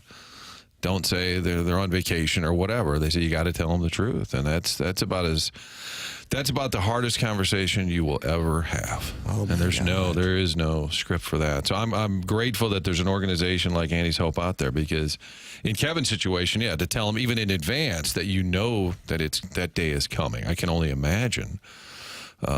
Just nothing to prepare you for those moments. No. Nothing. So it helps to have organizations like Annie's Hope that can help a little bit. Yeah, that's incredible, man. And got a text from a friend of mine who said Kevin's eulogy in the moment, under the circumstances, was the bravest thing I've ever seen. Yeah, I wanted to watch it. I don't know if somebody has a link to it. I mean, people like Michael Wellington, your sibling rivalry, but he obviously loves his brother. And he said, my God, he goes, it reminded me of like the Jim Valvano speech. It just was so inspiring, considering what the family had gone through. So you hear what he's experiencing and how Annie's Hope helped his family, but it's not limited to Kevin Wellington. It is this is an organization that's been in the St. Louis area for more than a quarter century, and that's who we are raising money for today in the Christmas spirit. So if you can make a donation, I know, hey, time's tight for a variety of reasons, but it's the holidays and people are spending money there. But if you can, donorbox.org/2024 TMA campaign. Thank you to Kevin Wellington for coming on and joining us here on the program. Jason Gosrow of Schaefer Door texted during the interview to me, and he said, hey, Tim, if you want, Schaefer Door will kick in a free lube and tune-up for the first 5 people to donate $100 or more. He is saying that is a $125 value. So if you text in that you donated with your name, we will set you up with Jason Gosrow, and he will take care of you with that $125 value. If you can make a $100 donation right now, the first 5 people to do it, Jason Gosrow at Schaefer Door Company will kick in a free lube and tune-up for you at Schaefer Door Company. Very kind offer from Jason Gosrow, loyal listener and sponsor here on TMA. SchaeferDoor.com, SCHAEFER door.com. Call or text 636-782-3608. It's going to get the quickest response time. It's Schaefer Door Company, a Clopay Master authorized dealer. Thank you to everybody for the incredibly kind texts. Awesome show today. Love listening to you guys and teasing everyone. But shows like today are what make you guys special. That is from the 636. I wish Annie's Hope was around for my dad. My mom told Tim the story via sound story, and we made it, but it could have been way easier with help. That is from Dave Klaus. Let's see. Awesome show today. I didn't know that about you, Martin. Sorry for your loss. Even more reason to like you. Way to step up. Also great resolve through all that. Can't imagine how difficult that was to discuss. That's from the 636. I can't. I mean, I knew I didn't know the detail. I mean, holy crap. I don't know. I mean, you got to tell a 5-year-old, right? Holy. Man, it was sudden. Yeah. So it was not, and not that would be any easier. I mean, either way, it's brutal. Yeah, I'm grateful that there's an organization like that. And somebody texted me, Martin, sorry to hear about your wife. It was my wife's daughter. It was our daughter. My wife, the lovely Kim, is doing great, and she's been a rock throughout the whole ordeal. It'll be 3 years in January, but everybody has something in their life, and some is certainly more of a challenge than others. But what I think Kevin said, it's unbelievable the outpouring you get when you go through a family tragedy. There's just so many people. That was your guys' experience? Yeah, and I talked about it at, there was a St. Clement event, and I said, holy crap, the food. I said I could open a Golden Corral. I mean, like every day. And it seems silly, like when you have a friend that something terrible happens, like, let's drop off some food. And at the time, you're like, why am I dropping off food? But it really does kind of make it easier because you can't even think straight. Yeah. And it's like, oh, the kids are hungry. Oh, there's some food. Or something. It just, the parade of food when something, and I know other people have experienced this if their parents died or something. Well, people want to do something. They want to do something. And they don't know what to do. Correct. But that they can do. Correct. Right. And it actually, it kind of comes in handy, believe it or not. But so God bless Kevin for sharing his story. That is, that's incredible, man. I can't imagine what that was like for you, for real. And thank you for telling that part of the story, which I'm sure isn't easy to do. And to Kevin for telling his story. It gives you an idea of what Annie's Hope does, why it's near and dear to our hearts. And then you tie it in with Jay Randolph Jr., you tie it in with Michael Wellington, you heard his brother, and now Martin, and with what you experienced. I know you didn't go through Annie's Hope, but you can certainly relate to what these families have experienced. So again, it is donorbox.org/2024 TMA campaign. Courtesy of Illinois Recovery Center, we're auctioning off 2 tickets to the Bragging Rights game on Sunday. Those are in the Bull and Bear Club, and those include parking starting at $250 is where the bids are per ticket. And then also Schaefer Door Company, if you note that you donated $100, Schaefer Door is going to hook you up with a tune-up and lube. That is what they are going to do at Schaefer Door Company. Joe Buck is going to join us coming up at 8:30, representing Indiana.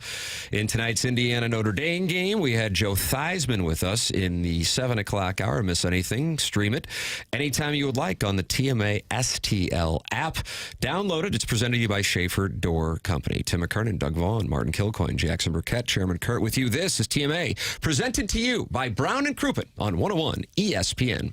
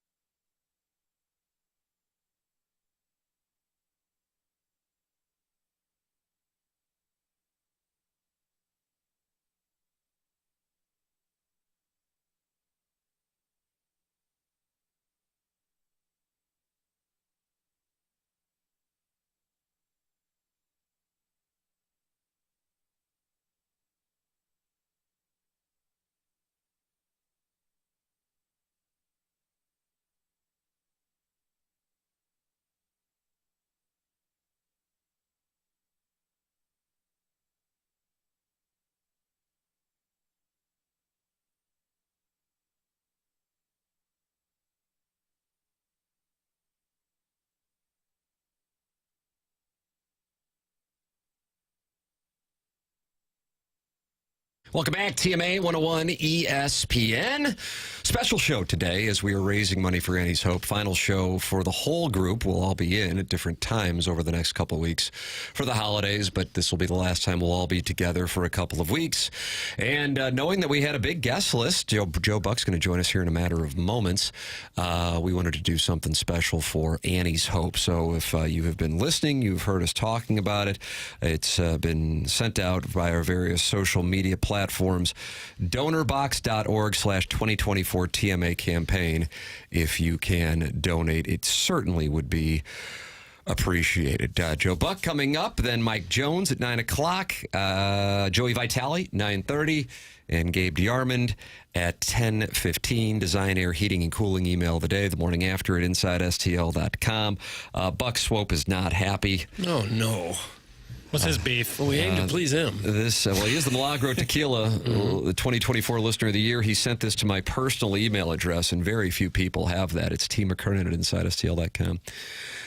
Jackson is too busy getting fooled by fake Nick Saban on Twitter and fake Eli Drinkwitz on the Kelsey Brothers podcast to keep track of the email of the day standings.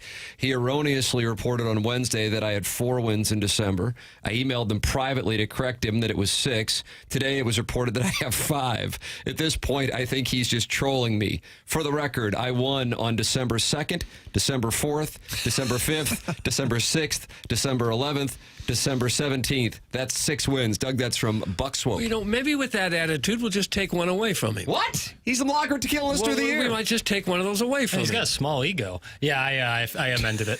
So he has 6 wins. Okay. And that was your apology? Apology. I mean, we all make mistakes. Is due time a little short on the math?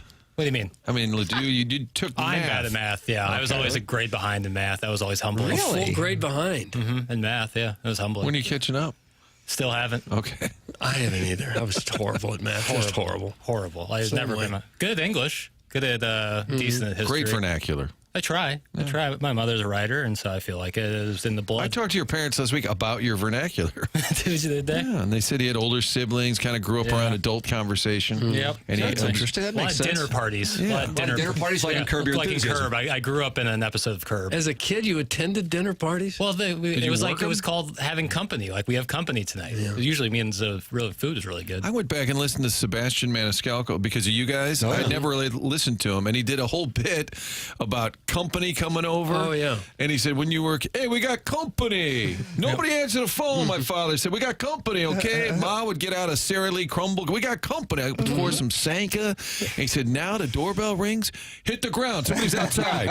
Hit the ground. Get your father's sword from under the couch. And it's so true. It is, yeah. You look at the ring. Who's here? Did anybody know anybody was coming over? Like, what are they doing here? You're stunned now if a stranger shows up at your door. Just stunned. Yeah.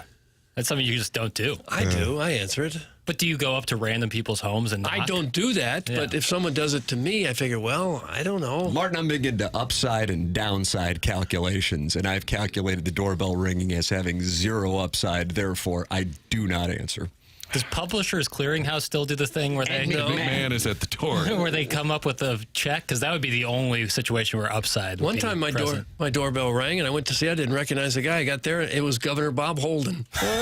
Was he just going door to door? He was campaigning for the next election.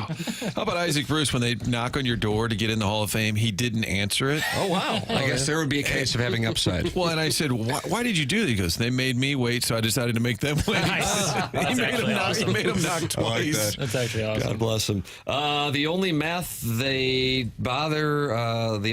teach at Ledoux is compound interest. That's from Milagro Tequila 2024 Texture of the Year Arbor Day. That's important math to learn. Yeah. Well, so yeah. What's it? Subprime? Is that a thing? It's a thing. I'm not sure I could explain it to you. Kind of led to the mortgage meltdown. You saw The Big Short? One of my favorites. Yeah. Joe Buck going to join us coming up. This is TMA 101 ESPN.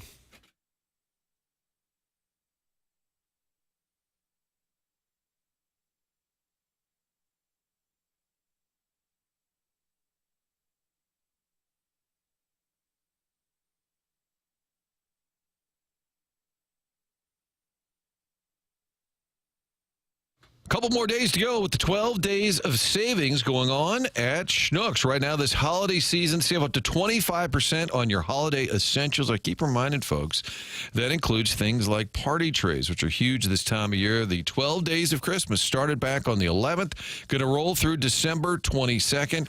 That is Sunday. Every day during the event, Schnucks is dropping a new digital coupon with a hot offer. Just look in the Schnucks Rewards app. Check out the daily offer. Clip that digital coupon. It's only available in the app. Each offer lasts just that single day. Be sure to grab these hot deals while you can. Check out the weekly ad. You've got the Schnucks Rewards app viewing all the great offers. For more information, you're going shopping this time of year, you're loading up for the holidays, do it at Schnucks and save money. It's the 12 days of savings going on at your neighborhood Schnucks. Only available, these great savings, only available in the app.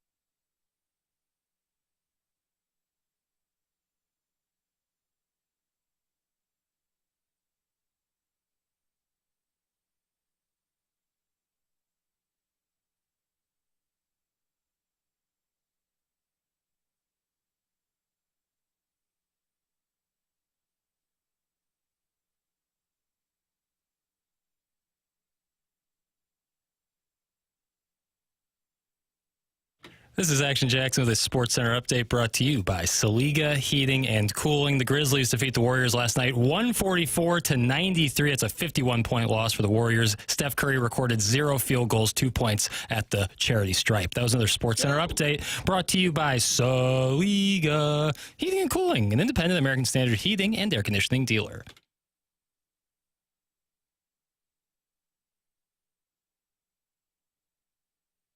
Welcome back. It's the Morning After, presented by Brown and Crouppen, 101 ESPN. Tim McKernan, Doug Vaughn, Martin Kilcoyne, Jackson Burkett, Chairman Kurt with you. Poor Joe Buck had to sit through that Golden State update. 51-point loss.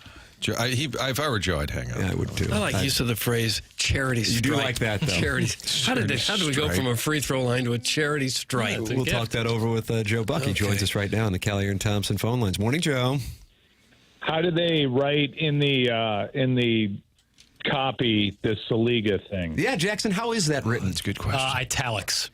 Italics. And as a pro, I just know. Everybody's got to do the heating and cooling. Correct. Yeah. Well, yeah, as a pro, I just know what that means. Heating and cooling. That's right. Nice. That's pretty good. I'm like Brando. You just put it in front of me, and I'll do it. Wow. Brando. More like Tim Brando than Marlon, probably, if I had to wager.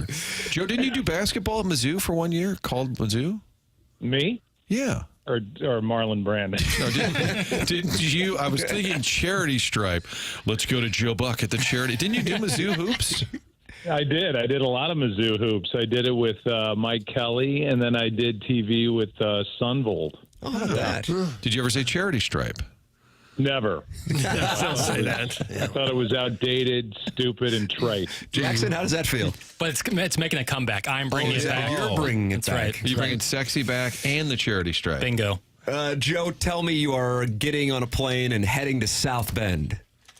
I can't. I'd like to, but, that sounds great in practice, but then you got to go, and then you got to sit there.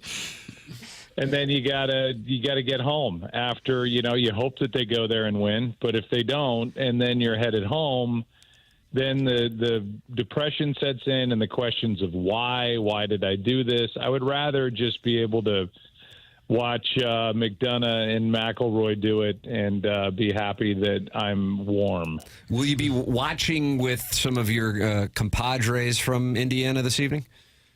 No. I don't have any friends that I hang out with that went to Indiana, so no. So just you and Michelle's going to see you screaming at the television? Actually, we're going to a, what's the right phrase? Holiday party. Thank you. Tonight. Exactly. Christmas party. No, that was offensive. It is a Christmas party in my world, but it's a holiday party, and so I have made sure that a TV will be there, and I will be even less social than I otherwise might be by just watching the game. God, if somebody wants to come up and talk to me and ask me about the Cardinals offseason, they're going to have to just get my attention somehow by throwing cocktail wieners at me. Oh, so at this party, you're sitting this one out. The Cardinals are sitting it out, and you're actually sort of sitting out this party as far as social. Season 2024. Sitting this one out. And then people will leave the party. That Joe's not very friendly. Did you notice he was watching the TV the whole time? Well, he went to Indiana. So yeah, no, they probably would say that anyway, whether Indiana was on or not. There's not much that I have to offer. I just kind of nod my head and listen to stories and answer questions about where I'm headed, which is Green Bay. I will go there tomorrow for the highly anticipated Monday night matchup of the Green Bay Packers and the New Orleans Saints. Well, you don't sound excited. Jim Dandy there. Oh, yeah, you Lambeau get to, in December. Come on, buddy. Spencer Rattler. No, Spencer Rattler against a red-hot Jordan Love. I do love going to Lambeau. It is as good as people say it is, and should be visited at least once if it can be in your lifetime. Have you, I imagine you don't have the time to do this, but have you watched the Aaron Rodgers 3-part documentary on Netflix that just came out this week? Well, I do have time to watch it because it just finished The Penguin. And good or bad? Is it good or bad? Because Jackson has a website that ranks things good or bad. Would you put this in the good category? Yeah, I think it's outstanding. God bless America. But my daughter who went to USC Film School is shredding it because it was just too heavy-handed. I'm like, the thing is called The Penguin. It's about, she's like, this stuff's too obvious. Like, it's about a Batman villain. I mean, we're not talking about, like, some movie depiction of the Grapes of Wrath. It's The Penguin. Just enjoy it. Just yell across it. Hey, Siskel, sit this one out. Yeah, exactly. No, I thought it was great. So I do have time. My wife is watching it, and just this morning said, I really think you would like it. I agree. So, I agree with Michelle's interpretation. I think you would really, especially because you know the guy, so you have better perspective than damn near anybody on it. Yeah, I mean, we both hosted Jeopardy. Guest hosted Jeopardy. So, yeah, we have that tie. And I've done a million of his games, and Michelle said my voice is all over it with them winning the Super Bowl. So, yeah, I would like to see that side of him all tripped out on ayahuasca. Yeah, that'd be fun. Yeah, that is a big part of it.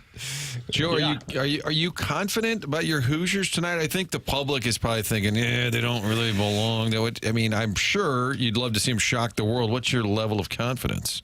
Well, I can't act as if I know much about Notre Dame, other than I have plenty of friends who are fans of Notre Dame, and all I've heard about my entire life is Notre Dame, Notre Dame, Notre Dame. I would love to see Indiana take them down and shut these people up that have been in my life since, grade school. And people that I don't understand, they didn't go there, but they love taking a Notre shot Dame. at my father right now. Oh, yeah, well, he's going to have to grow up. How'd that feel? He got it from Joe Theismann in the 7 o'clock hour, now Joe Buck in the 8 o'clock just got hour. nicked. That wasn't called for. No, I would love to see them. Do I think they belong? Yes. Do I think they can win? Yes. I think they're really well coached, and even in the Ohio State game, the way they came out and went down the field with a perfect drive after getting a stop, I thought, man, this is truly different.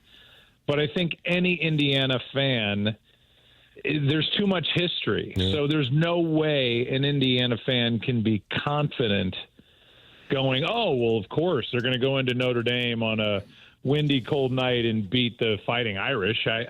But if ever there was a team and a head coach that seems to just not give a crap about what anybody else says, this is the team and that's the coach. Hopefully it'll at least be competitive, because it would really take a lot of the wind out of the sails if they just get crunched, wouldn't it? Oh, that's where your mind's going. Yeah, I think it'll be competitive. Doug's laying the points. I hope it is. Take the points, Joe.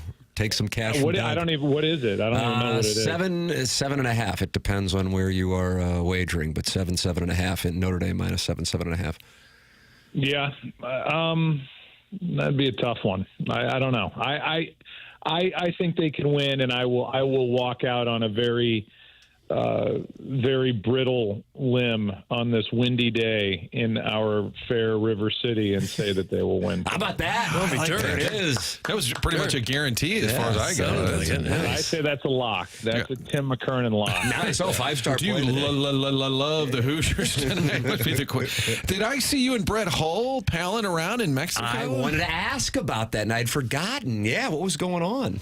Yeah, I got down there for what's called a Pros and Joes tournament, where they have PGA Tour players and different club pros come down, and then they play with a non-PGA Tour player, club pro. That would be me, even though my name happens to be Joe. That's not required. And I spent the week down there, and right out of the gate, there's Brett and Darcy Hull and their dog, and I went out and played, 7 or 8 holes with them, had a margarita, and bid them adieu. Adieu. I like that. Wow. Very, very. Is he a pretty good player, Brett Hull? Yeah, what is he? He's like a scratch or +1, something like that, isn't he? Yeah, I would say like a 2 or 3, somewhere in there, or maybe a scratch. I don't know, but yeah, he's a really good player. Most hockey guys are annoyingly good, not only because it's, like as a golf teacher would tell you, a side-on game, but they just have that motion, and in this case, the actual thing they're hitting is sitting still. So, Brendan Morrow, who's always playing with him. Ray Whitney is a really good player that's always showing up at these events, and then Brett is kind of the leader of the pack down there. Brett still doesn't seem to give a rip what anybody thinks about him. There was a Blues Hall of Fame night a couple of years ago. It's at the MAC, and these kids are coming up for his autograph. He goes, "Hey, Martin, hold it." He just hands me a Manhattan. Hold it. I'm just standing there ready to do a live shot, and he hands me a Manhattan to hold on to, and I'm like, well, it's a good look when you're on TV. It's a great look. But he doesn't seem that's how – yeah, go ahead. Sorry. No. I'm just saying he just doesn't give a rip about anything. He doesn't. And he will let you – he's got an opinion on everything. I mean, Yes, he does. he will tell you everything's, this is awful. Everything's awful in Brentfield. God, these greens. It's like the greens are perfect. But that's how I grew up with my dad, after games and kids outside the press box at Busch Stadium, too, asking for his autograph. And I would nuzzle up next to him and be like, hold my beer. And then he'd sign everybody's autograph, and into his Lincoln Town Car we would go, and hurtling down Highway 40 back to the suburbs to do it all again the next day. Wow, he had it figured out, that's for sure. And he was so big. He was just as idolized as most of the players, if not all the players. Yeah, he was really good, and I am not. He was really, and you could just cut it right there. But he is really good at extending a hand and really getting to know players. And I mean anybody. He would stand around the batting cage, anybody that came up for the Montreal Expos or the Atlanta Braves or whoever. He was there to, hey, how you doing? Where are you from? How's where are your parents? Are they alive? And, whatever it was. And then he'd have nuggets. There was no internet, so he could sit up there and talk about players, from a really personal perspective because he bothered to go down there. He was really great friends with umpires.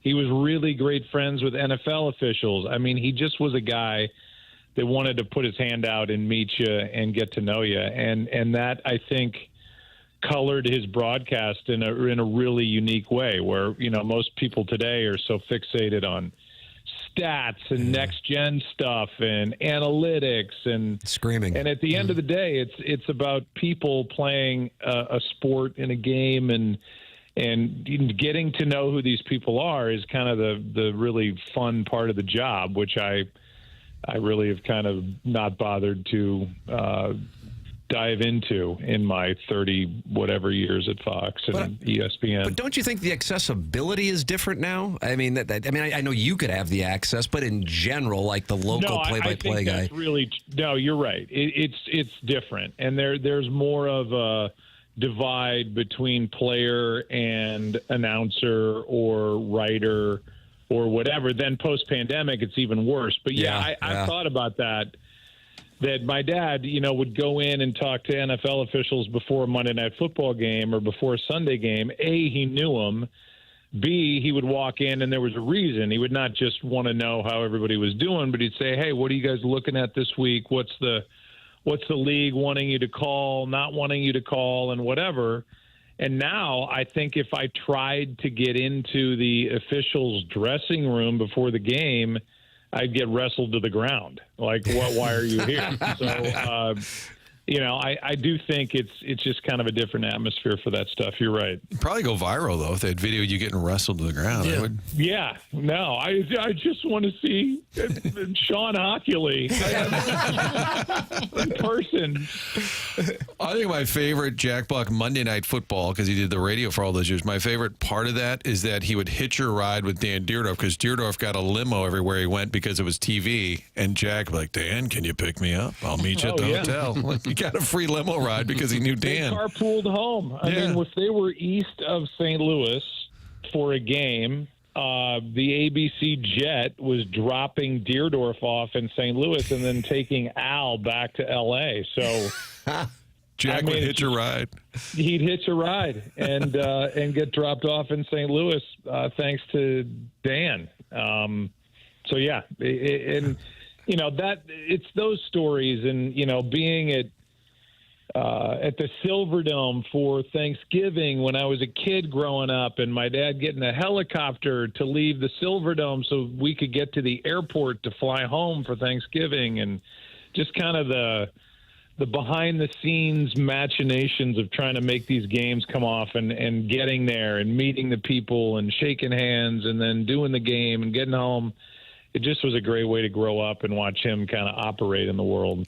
Kind of fun in the NFL right now. Buffalo, Detroit, and I know Buffalo has been to the Super Bowl a bunch, but teams that have been kind of historically knocked around may be, in fact, in the mix here. It's just I know you don't have the Super Bowl this year, but you got I'm sure you got a playoff game, right? At least one? Yeah, we have two. Two. Good, yeah, we good have the research, Super Bowl Mark. in 2 years. Yeah. Steve Horn didn't text me with the full breakdown. I'm sorry. No, it's quite all right. That started last year. So we have a divisional game, and then we check out and don't do a Super Bowl for 2 more seasons. Super Bowl 61 in Los Angeles is our next effort on that. But yeah, no, you're right. And Buffalo, I think it's time. It's time to get over the hump for them and get to the Super Bowl with Josh Allen, who's right now in the lead for the MVP, I would say, with what he's done, especially the last 2 weeks. And Detroit's been awesome. What Dan Campbell's done there, I just don't know how you can have an IR list that's over 20 names and it doesn't catch up to you at some point. You do need talent. I know there's grit. I know there's coaching and all that, but just plucking guys off teams' practice squad and getting them into the fold. These are big time players that they have lost. Starting with Aiden Hutchinson, but right on down the line, that at some point, it's got to catch up to them, I think. But I would love to. They're a fun team to cover. They're a fun team to watch, and it would be great if they got to the big game. Joe Buck, kind enough to join us here on TMA 101 ESPN and youtube.com/TMA STL, talking Indiana Notre Dame. Joe having attended Indiana University in the game tonight.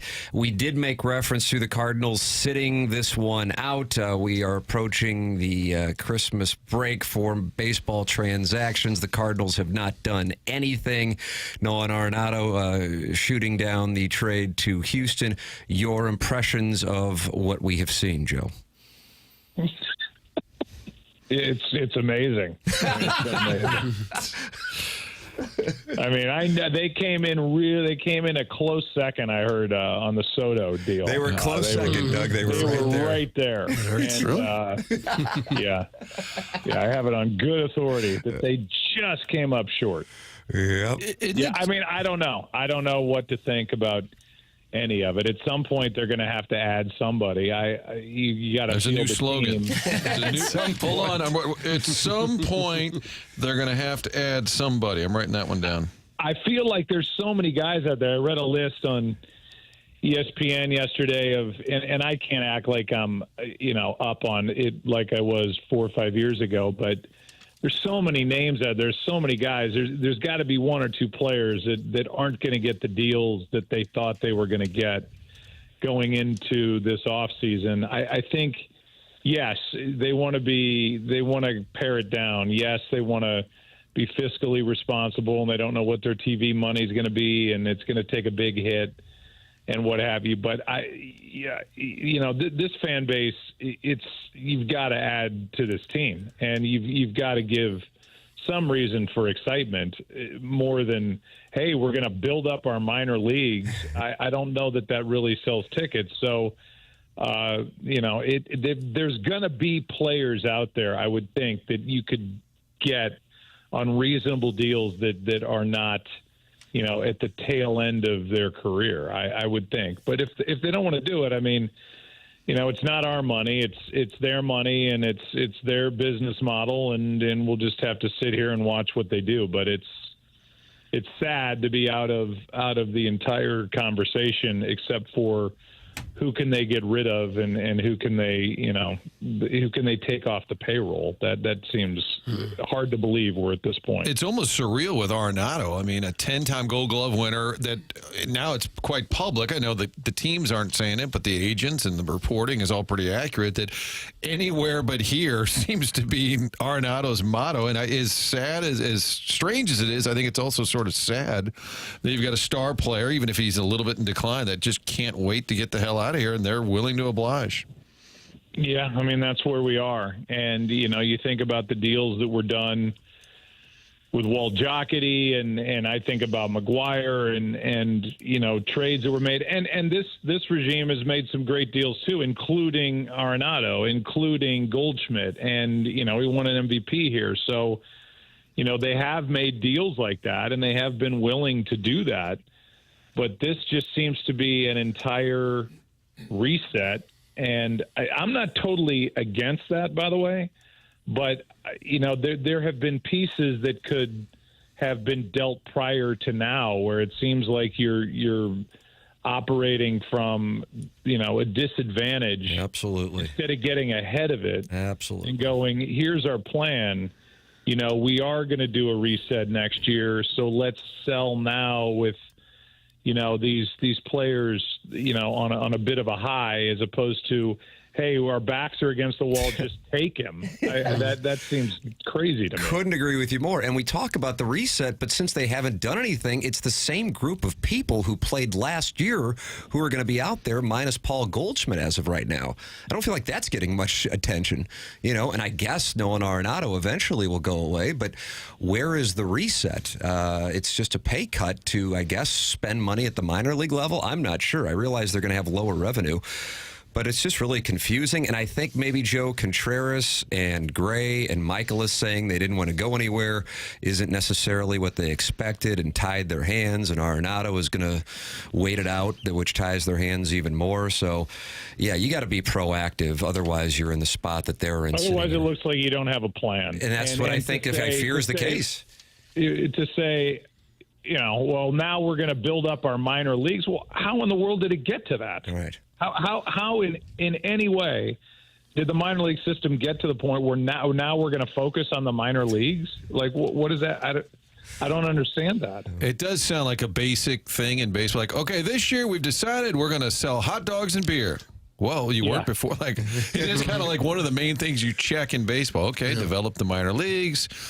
You know what, Tim? This year we'll have a promotional campaign. Oh, I like that idea. We'll have ticket takers. And we'll have ushers. Oh, wow. Okay. Very basic. And as big a sports town, as big as Cardinal town as St. Louis is, we've seen the last couple of years, if the team's not competitive, people won't show up. You'll have crowds of 10,000 instead of the usual 35 or 40. And if they're not competitive this year and another couple years after this, what are we going to do all summer around here? Well, yeah, and people of a certain age who grew up in this city and that age can remember the 70s. And, to just go, oh, well, it's St. Louis, everybody's going to show up. It just, in the 70s, it was ugly. And that team, the Busch Stadium was empty a lot of nights. And then, you have Whitey coming along in the 80s. And the success at the beginning of this ownership group was, in many ways unprecedented. And it was, 3 million fans. And I remember how big of a deal it was when the Cardinals finally drew 3 million fans. And now, you can't take that for granted and just say, well, people, because it's the Cardinals. I think you got to meet halfway. And I feel like this is some of the stuff we used to say about the Rams. But, you have to meet fans at least halfway and just to expect them to show up because it's the Cardinals, that doesn't work. So good luck.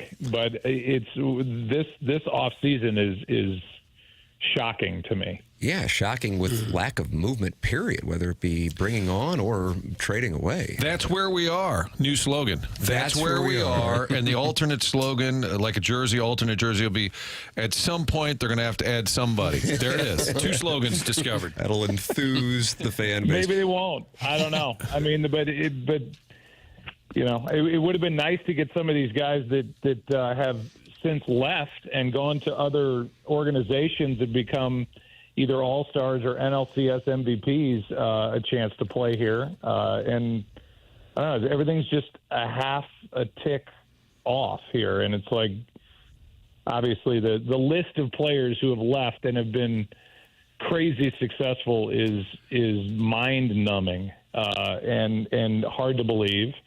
And now here they're trapped kind of in this in-between land. Once again, yep, in the purgatory. Well, fortunately, we can turn our attention to South Bend, Indiana, and the Indiana Hoosiers taking on Notre Dame tonight. For your sake, I would love to see Hoosiers win and then go down and take on the Georgia Bulldogs and shock the world yet again. And at that point, I think you'd go, let me see if I can get to one of these games. I think you might do it then. Oh, for sure. Nice. Yes. Yeah, I don't really understand the whole playoff thing. I don't know where it goes. I do know the winner goes to Georgia, and then after that, and that game would be at the Superdome in New Orleans, New Year's Day. Yes. Well, there you go. What day of the week is that? That's Wednesday. So that's perfect. I could make that one. Yeah, I might hitch a ride to that one. I mean, if it's available. Dan Deerdorf's Jets out there. I wouldn't mind going. Yeah, if it's possible. I'll check with Michaels. Does Al still work for ABC? I work for ABC. Hold on, I'm working for ABC. So I'll ask myself. Yeah. We'll get Deerdorf. And you, Martin, will you bring a TV camera, or will you just I'll just shoot it on my phone. I'll just shoot it on my phone. Perfect. I'll just do a bunch of clips for X that says I was there. Joe, you'll have to fly back from San Francisco, pick up Martin in St. Louis, and then fly on down to New Orleans. Yeah. Sounds great. Right. That sounds perfect. That sounds like I was going to offer to go to the party tonight so he could watch the game, and then I'll actually answer questions in Joe's, demeanor. Perfect. Okay. Yes, you're in. I'll just stay here. I'm will guessing you also somehow account for my 6-year-old sons? So they are at a Christmas light thing or something where they can be out of the house. Well, we'll get Aunt Julie's in charge of the boys. I'll go to the party and be sardonic and have Cardinal takes, and I'll wear a Hoosier, but not an Indiana. I'll just have Hoosier gear on because that's just sort of how I dress. So if you need the help, it'll probably be at Freeman's house if I'm guessing. So I'm ready. Oh, nice. No, it's at the Old Warson Country Club. Oh, wow. Oh, nice. I know people there, but I wasn't invited. No. If it's Indiana garb, it's going to have to be gaudy holiday, like a bow tie thing and Madras tartan pants and a nice tweed jacket. Cufflinks, Joe? Cufflinks? I'm not a cufflink guy, but they're always welcomed at Old Warson. Sounds like this is a live read for cufflinks. No, I think it sounds like I'm going to have to run through Mr. Guy before Thank you, Joe. All right, guys. Thanks. There's Joe Buck with us here on TMA talking it over. Yeah, didn't hold back on those Cardinals. And, I can't go wrong because I've got family ties to both Indiana and Notre Dame. And either way, I'll be pulling for whoever wins that game against Georgia. And I think they got a real shot, too, against the Bulldogs. I know that might sound How about crazy. the star running back for Notre Dame's a CBC kid? Fire up, CB. Fire up.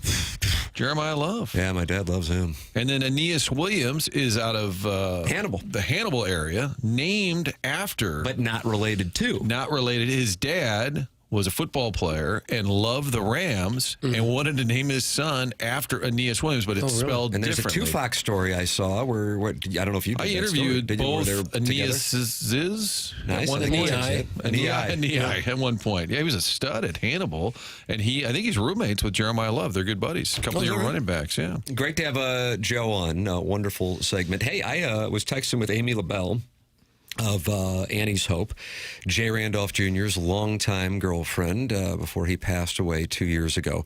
And Doug, how about this? What? We have raised $5,800 in less than 2 hours. Oh, really? How about that? Wow. Isn't that nice? Awesome. How about that? Shout out to everybody. Tip of the cap. Awesome. Actually, make that $5,989. You think we can make a push to get to $10,000 in the final 2 hours? I think so. Probably so. Well, let's see if we can do it. If you could, $5. It's a $5 donation. Donorbox.org/2024 TMA campaign. Thank you for your kindness in donating to Annie's Hope, especially if you heard Kevin Wellington Wellington's interview, Martin telling his story, both incredibly powerful. What Annie's Hope does for the holidays, for what they have experienced with the flooding of their offices. If we could get it to $10,000, we're already at $6,000. Please make a donation. Donorbox.org/2024 TMA campaign. The link is also on all of our TMA social media channels. That's outstanding. I did not expect that. Tip of the cap to the audience for in 2 hours raising $6,000. That is outstanding, man. The TMA audience, I'm telling you, they never let us down. God bless. Super cool. Joe Theismann, Joe Buck in the first 2 hours of the show. Kevin Wellington telling the story of Annie's Hope helping his family after his wife passed away at 39 years old in October. Coming up, Mike Jones, Joey Vitale, Gabe Diarman, the Design, Air, Heating, and Cooling email of the day, pick 6. Drops of the week. Doug, we got it all. Maybe we should do 7 hours or something like that. Hell, I don't know. 4 seems plenty. All right. Well, there it is. Doug's cutting us off at 11 o'clock. BK and Ferrari will come in then. In the meantime, this is TMA on 101 ESPN, presented to you by Brown and Crouppen.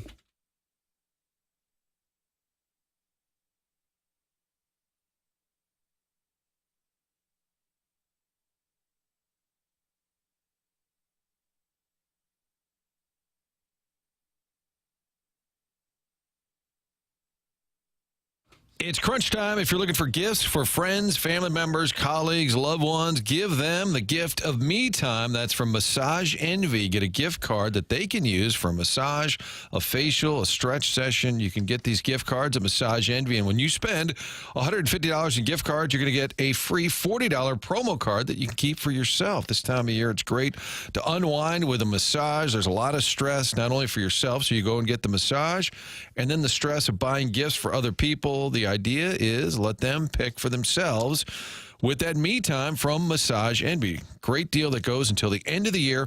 $150 in gift cards for all your friends and family members, and then get that free $40 promo card you can keep for yourself. It's Massage Envy, where better begins. This offer is good in location only, not available online. Terms do apply. You can see franchise locations for details. If you need a gift idea, trust me, they will not be disappointed with the gift of me time. That's from Massage Envy, where you spend money and get money back for yourself. Massage Envy, where better begins.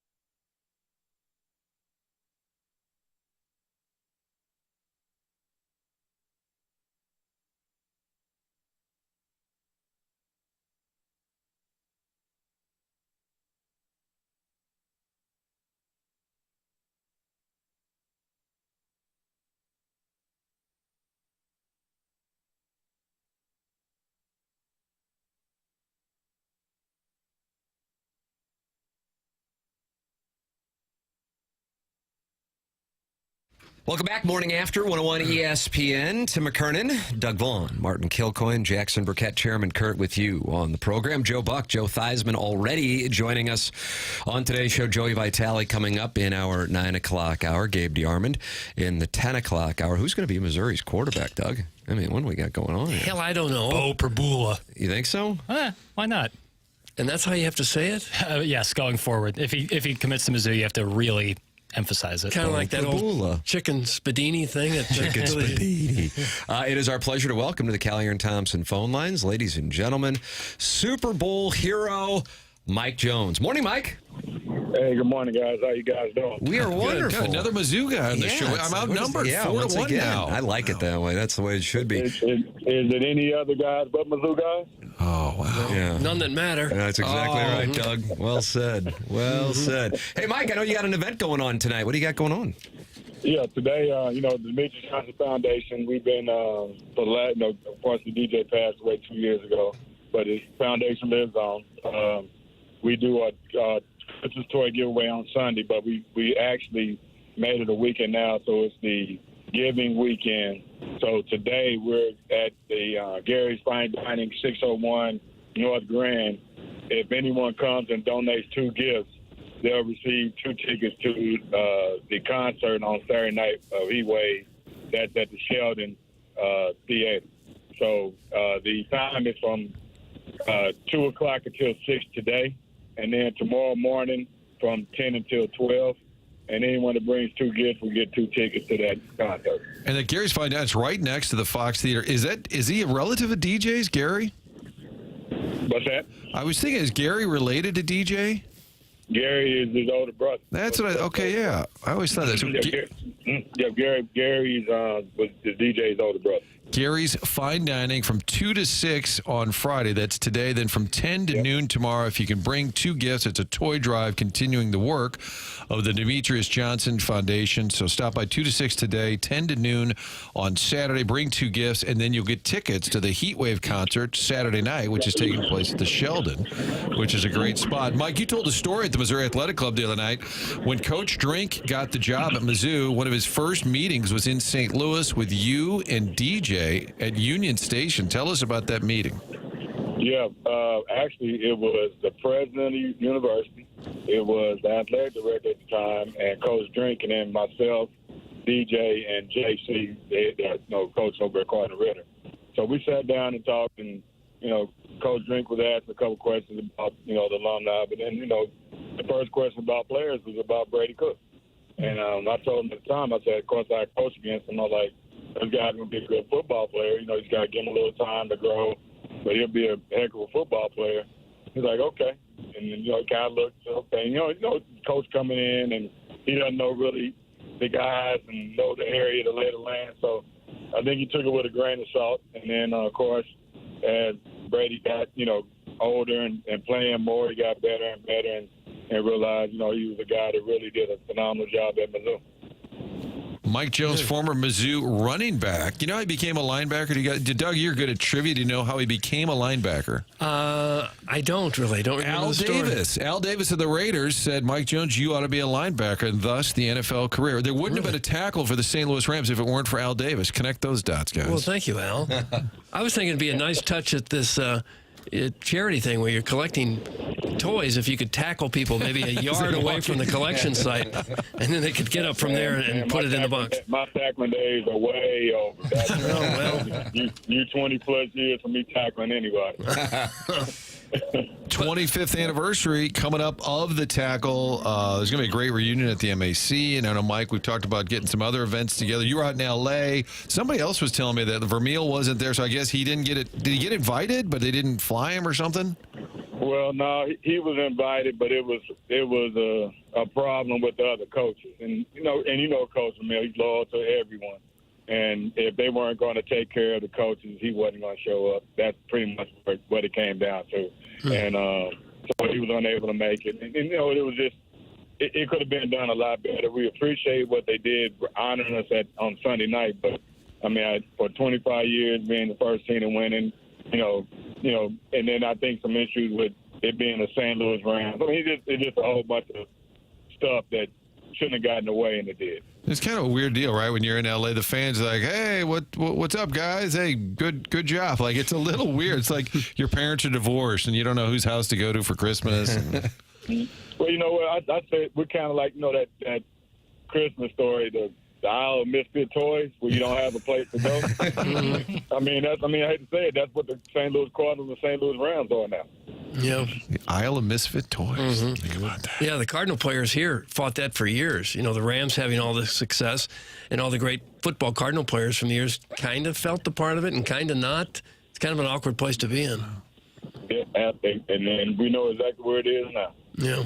Yeah. And you can see Mike Jones helping collect some toys for the Demetrius Johnson Foundation, continuing that work. It's from 2 to 6. That's taking place tonight at Gary's Fine Dining right next door to the Fox. And then again, 10 to noon on Saturday. Bring 2 gifts for the toy drive. They continue the Demetrius Johnson Foundation work. And you'll get 2 tickets to the Heatwave concert Saturday night at the Sheldon. Mike, great for having you on the show. Grateful that you popped on with us, and we will see you soon. All right, guys. MIZ. M-I-Z-Z-O-U. There he is. Reluctantly, all right, fine. Z-O-U. There it is. Okay, Mike Jones with us here on the Collier and Thompson phone lines. All right, we are going to be talking it over with Joey Vitale coming up at about 9:30. The toy drive, we are now over 6,000, not toy drive, the fundraiser for Annie's Hope. We are now over $6,200. 65 different people have donated. You can go to donorbox.org/2024 TMA campaign. It's on, the link is on the TMA STL Twitter account, our Instagram. Chairman Kurt, is that correct? Yeah. Check out the story. The link is easily accessible to the story. Thank you, sir. The TMA fan page on Facebook, which you can join. And please, if you can, make a donation to Annie's Hope. It's something we're doing here in our final show before the Christmas holidays. We'll all be taking vacation at different points, and so this is our last show together for the next couple of weeks, and wanted to do something to honor our friends and families of Jay Randolph Jr., Michael Wellington, 2 people with longtime ties to the show. And Annie's Hope was damaged by floods on November 5th. And if you were listening to Kevin Wellington's story in the 8 o'clock hour, you can understand why it's so near and dear to the hearts of many with what he and his family have been battling through. It's Annie's Hope, and the link is donorbox.org/2024 TMA campaign. Please make a donation if you can. Jeff Lottman is online at JEFFLOTTMANN.com. Yeah, he's with Compass Realty. That's Jeff Lottman of Compass Realty. If you are in the market to buy a home or sell your home, Compass Realty has all kinds of connections throughout the real estate world, and not just locally, but literally all over the world. They are the #1 luxury real estate agency in the St. Louis area. Luxury is not about a price point. It's about an experience, and that's what they can do for you. It's Jeff Lottman at JEFFLOTTMANN.com. Jeff Lottman, Compass Realty. If you're looking to buy a home or sell a home, work with somebody who's been doing it in the market for 20-plus years with $500 million in sales. That's Jeff Lottman, Compass Realty. Tim McKernan, Doug Vaughn, Martin Kilcoyne, Jackson Burkett, and Chairman Kurt. And also in the YouTube chat, how about this, Doug? I'm a 22-year-old bi-curious grad student girl, and me and my besties want to come up to the station to cheer Tim up. How about that? Is that right? That's from, now it says it's from Jackson's Drop Auditor. I always just kind of thought that was a guy, but it turns out it's a 22-year-old bi-curious grad student girl. Pick? She's stronger than grandmother's breath. How about that? I think we're gonna need to see that person. She show up just to see. Doug, you're assuming that's a 22-year-old bi-curious female? I believe virtually everything I read in the text is what you want to do emails is and all of them. Fly her in from a foreign country and meet at the airport. Right. That'll go well. Unarmed. That's what we ran into at the Hot Shots in South County. Tunneling Gerbil says he's already on his way, so a bunch of people are coming to the studio. How wonderful is that? The Tunneling Gerbil. KG, can you go lock the doors? Oh, my goodness. All right, Joey Vitale is coming up. This is TMA 101 ESPN.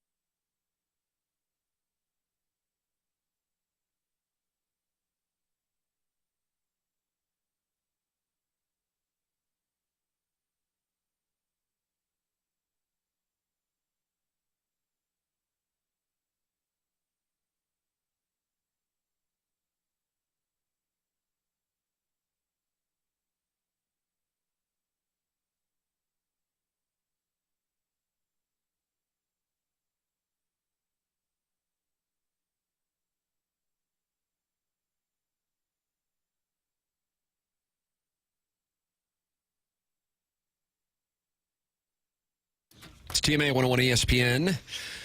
Tim McKernan, Doug Vaughn, Martin Kilcoyne, Jackson Burkett, Chairman Kurt with you. Doug, our total for Annie's Hope, now $6,356.47. Wow. Tip of the cap to the audience.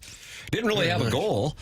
But now that we're at 6,300 in 2 hours and change, let's see if we can get to 10,000. I think we can for do the holidays. Does this show ever have a goal? No, it never has a point. Get to 11. Get to 11. That's our slogan. I will be asleep by 11:30, and I don't know when I will wake up. I'll take the under.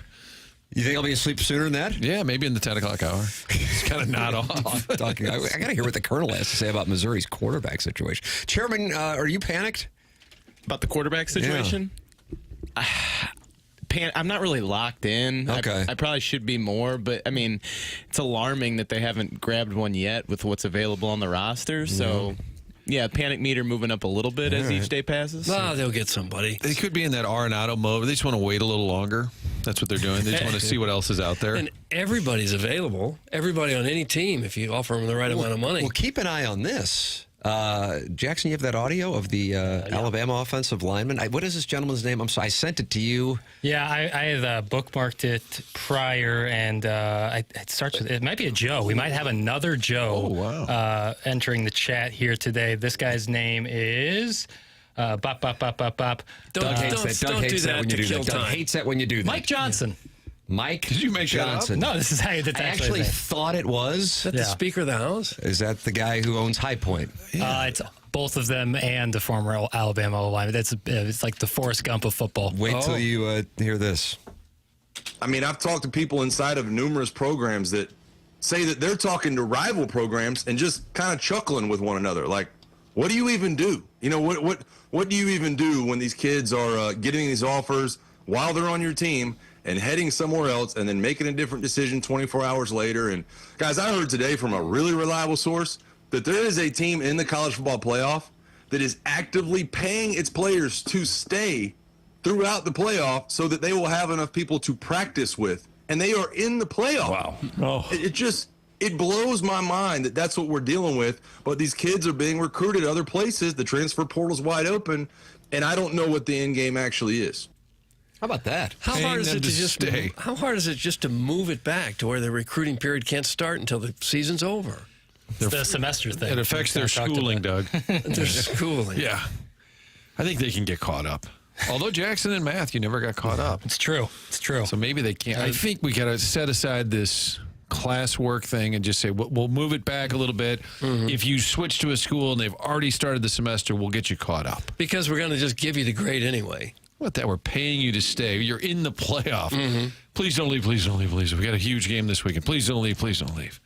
You imagine being like the manager who would have to step in and be on the field, like on scout team, if because there's not enough people out there. How could you do that as a teammate? Like if you're a player that contributes a lot on a team in the playoff, how could you look the teammates in the eye and say, I got a better deal. I'm leaving. Good luck. We talked to James Franklin audio from earlier this week about Bo Prabula. Who might be coming to Columbia. He visited earlier this week. And like he was like, Bo didn't want to leave, but that's like the only option if he wants to leave eventually. He has to do it now. And that's when does it close, the portal? I know it's open. When it closes and then reopens for 5 days after, I think, the new year, I believe. Okay. Yeah. So, I mean, no matter what, like if your team makes a deeper run, eventually you're going to have to leave the team. And it sucks. So keep an eye on some of the players who are playing this weekend. They're going to be in there. Yeah. I mean, who knows? Maybe Missouri's quarterback is on the roster that's playing this weekend. By Missouri's quarterback, I mean Missouri's quarterback next year. And Texas has two of them, right? That's right. Get one of them. That's right. So Quinn Ewers in Columbia. Arch Manning comes to Columbia. Wouldn't that be fun? We might have to pony up ourselves. We might have to help out with some of that for Arch Manning. It's going to come out of our pockets? Well, alumni. Yeah. Everyone, all the alumni will come together. All of the alumni. All of the alumni come together. That's right. How many Mizzou alumni are? Is there like 200,000 out there? Oh, it's got to be 300,000. I don't think I'm an actual alumnus though. I got those 8 hours left. It's kind of nice. So they ask for money, like, well, I'm not an alum. What are you going to do? They probably have something like 5,000 graduates a year, I would think. So over the last 40 to 50 years, yeah, 200-ish. Yeah, let's talk about it. Should I text Mizzou again? Hey, sorry about the Drinkwitz question. Can you tell me how many alumni you have? Global network of 357,000. Nice, Chairman. We got a transfer portal question. Diego Pavia got granted that extra year. Does that part of that include him having to stay at Vanderbilt, or could he move around a little bit?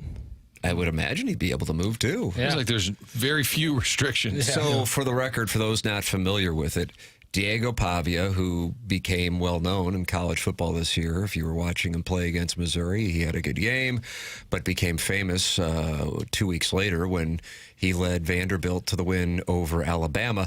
He was at JUCO for 2 years. He presented a case to appeal for more time to play based on the fact that at JUCO he couldn't capitalize on his name, image, and likeness. And so, because of that, it was ruled that he can now have 2 more years of eligibility to capitalize on his name, image, and likeness. So that now means JUCO players might be able to play forever. Do we have the Steve Sarkisian sound? Take a listen to this. Here's the head coach of the Texas Longhorns. All right. Go ahead, hit the liquor pail. Diego Pavia getting the extra year now after essentially having his JUCO years not count. I'm curious for your thoughts on that, not necessarily as a head coach having to manage a roster, but as a former junior college athlete yourself who played 2 years there and then only got 2 years at the NCAA level at BYU. Tighten it up. Yeah, I totally disagree with the NCAA's determination on this. We chose to go to junior college football, and that's where we wanted to start and play our career. So I don't understand it at all. We're going to have guys 28, 29 years old playing college football. Like, what's the point, man? Like, I don't get it. I don't understand it. I totally disagree with it. There you go, Steve Sarkisian, who was a JUCO guy himself. So, yeah, what's it going to be like when there's a 30-year-old guy quarterbacking? Yeah, I mean, Cam Rising, he's got granted an 8th year of eligibility. At 30, you're pretty old for the NFL. Right, unless you're like a punter from Australia. It's rare to see 30-year-olds playing college football. The problem with all of this is we can rant and rave who's going to fix it. Well, the NCAA, they've lost all their juice. Yes. They used to have all the – now it's up to the schools to come together and to agree on something, which I don't think that's likely either. The NCAA is just – as toothless as they've ever been. I don't even know why they even exist. I guess run some swimming tournaments or something. Their president, Charlie Baker, was in front of the Senate this weekend getting yelled at, screamed at.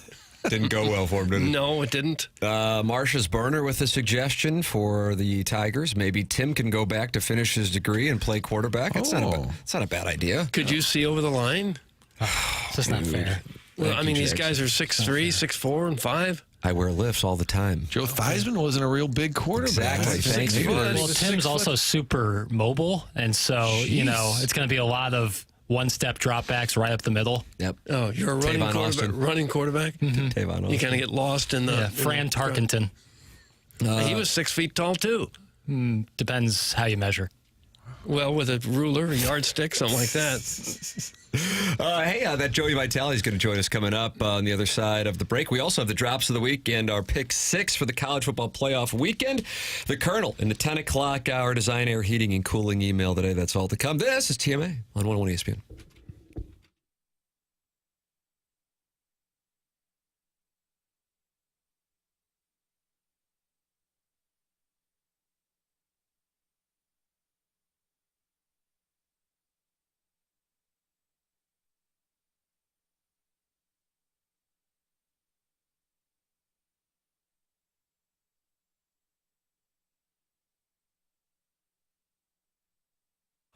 Looking for something to do with the kids this holiday season? How about the zoo? Yeah, this time of year, the zoo's still up and running because of the Wild Lights program. This goes until December 29th. The St. Louis Zoo invites you to enjoy brilliant displays featuring over 1 million twinkling lights, festive menus, zoo attractions, kids' activities, much more going on with the Wild Lights, which is going on through December 29th. You can support the St. Louis Zoo this holiday season by gifting a zoo membership. That's with our friends at Together Credit Union, offering an exclusive zoo membership for members who sign up for that St. Louis Zoo debit card. All Together Credit Union members with the St. Louis Zoo debit card also get a sea lion plush toy for the kids this holiday season and that exclusive membership to the St. Louis Zoo, including discounts, attraction tickets, parking perks, and more. St. Louis Zoo debit card also empowers you to give back, rounding up the change from your transactions, donating your change back to the zoo, furthering their mission, which includes things like the Wildcat Park that's under construction. All of this available when you sign up at Together Credit Union on the web, togethercu.org, or stop by any of their 14 area locations. Together Credit Union, federally insured by NCUA.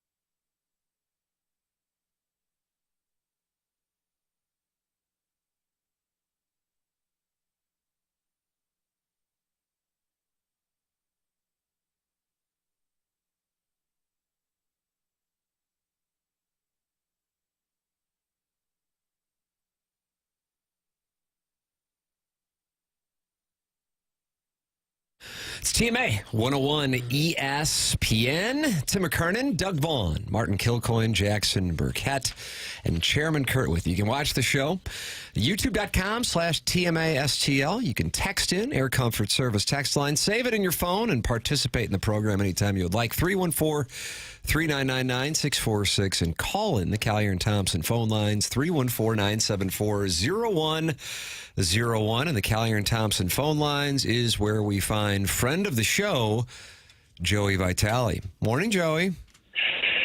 Hey, boys, what's going on? Good morning to you all. Wow, how about that? That was nice little greeting to us. I think he was he was trying to decide whether he'd say hi to me or not. He was deciding. Oh, his intention still? He paused and then he said, "Okay, to you all." Interesting. Mm-hmm. I'm working on socializing with the rest of the world. I always have something a smart alecky to say, and I'm really training myself to just be more polite. So as I kind of stumble through my words, it's a lot to process.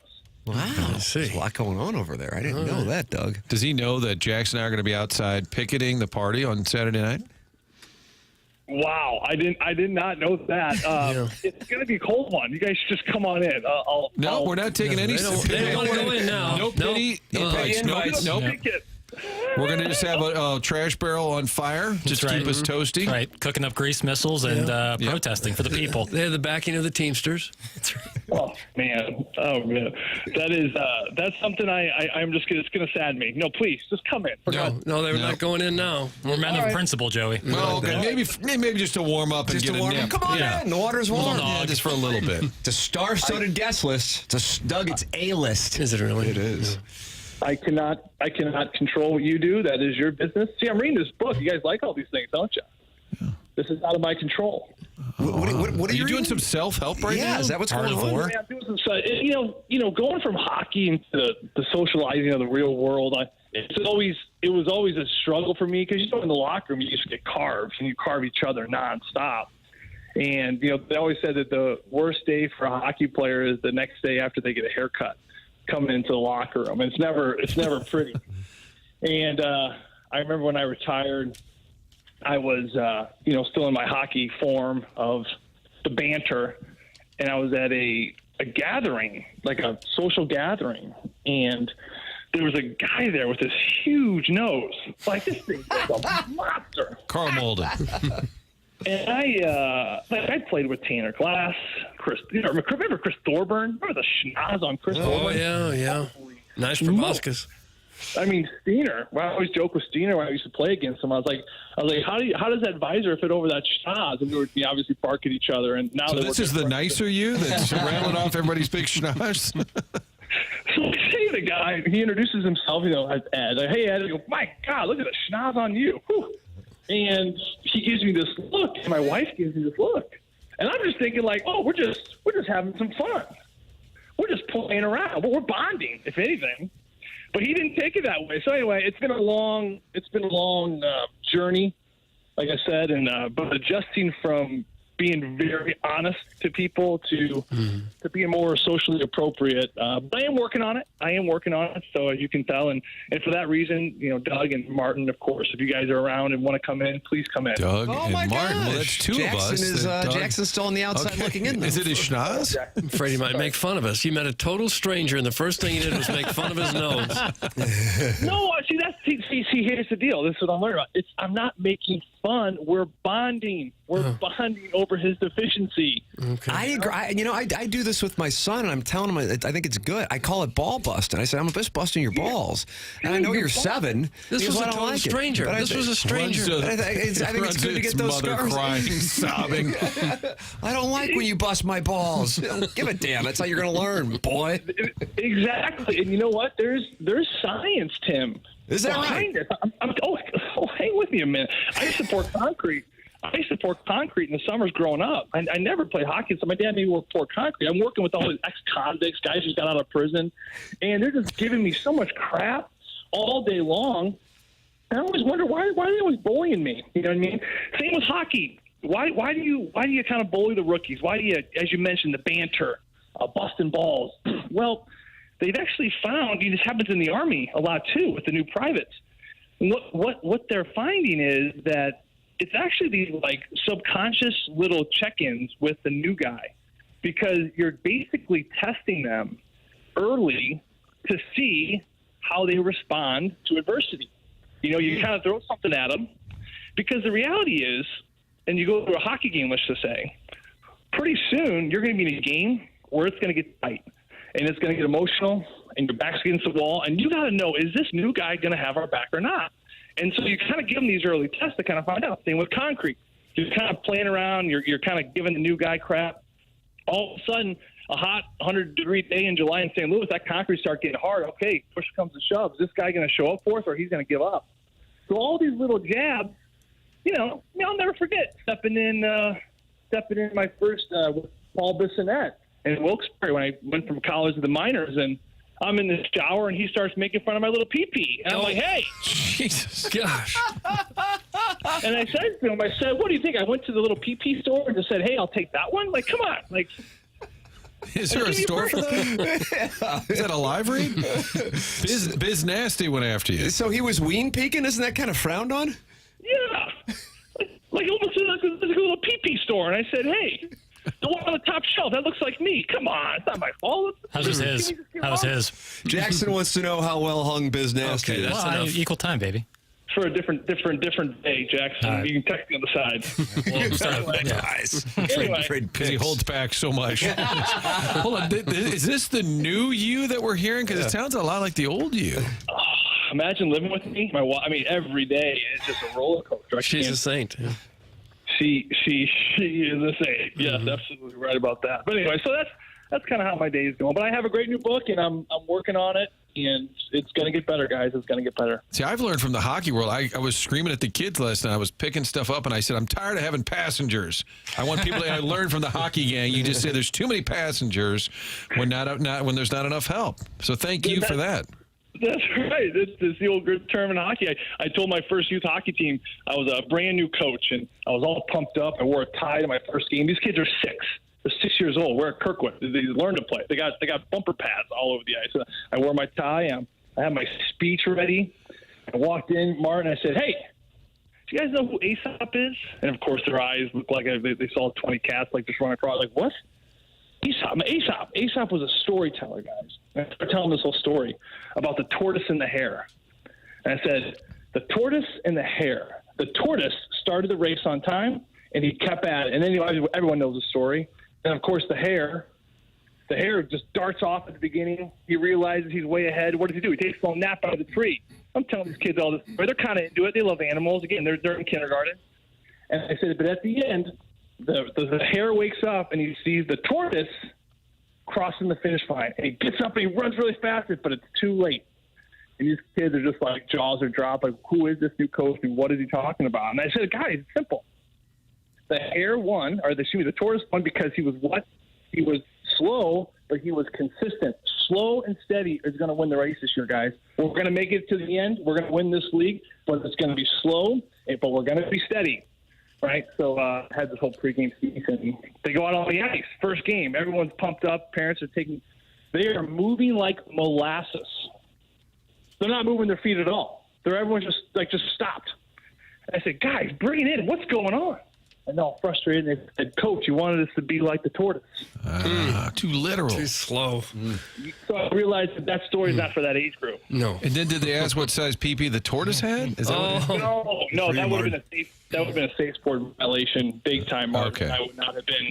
Good for you. You got restraint. Taking my coaching credentials away. Did you also ridicule these ex-cons when you were working on the chain gang in the summers? No, that's a great question. That's great. Had a guy I worked with named Junior Ard. He was a crazy son of a gun, and he obviously got into some trouble at some point. But I'd be teamed up with him every single day, and I learned about the birds and the bees at a very young age. I learned a lot about life from those days, and those guys were hardworking men. They taught me a lot, but. No, I kept that one to myself. I wasn't going to mouth off those guys. No. Joe, did you know the Blues lost last night? They played in Tampa. I don't know if you're aware. 3-1. Yeah. They've lost 4 of 5. Are you glossing over the fact that Note are sort of in the tank right now? Listen, it's tough goings. I actually thought they played pretty well in the game. They ended up shooting Tampa almost to a 2-1 margin. And you look at that game, and I just walk away and I say that, man, there's 2 gaps, correctable gaps in that game. And this is how close this team is. You have a 500 hockey team or 1 under now, but you're in Tampa, you're on the road, backs against the wall, good team. How do you go in there and scrape for some points? Well, they played almost a pretty good game to the point where they should at least have got a point, maybe 2 in the game, outside of the 2 mistakes. And, both on entries, where you have the point line coming over the boards, they come across the blue, and you have 2 defenders go to 1 guy, and the middle opens up. First goal of the game, Cirelli. Guy comes in the zone, pulls into the offensive zone. You have actually 3 players on the blue side go to the skater with the puck. Those are all entry sort outs. This is all very correctable. It's you sit down on the whiteboard, coaches go through it, they show you film.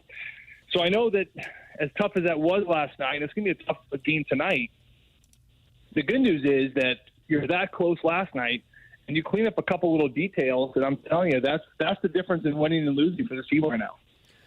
Bennington got lifted early last night, and I see he's lost like 4 in a row and 7 of his last 8 starts. You see a problem there anywhere with him? Is he struggling a bit? Is it Bennington or is it the team? To me, it's definitely a combination of both. I think that the biggest thing I've seen is that there has been so much turnover with this Blues defensive grouping that with all the different personnel and personalities and communication coming in and then leaving, getting hurt, traded in, traded out, I just think that they're not officially on the same page yet.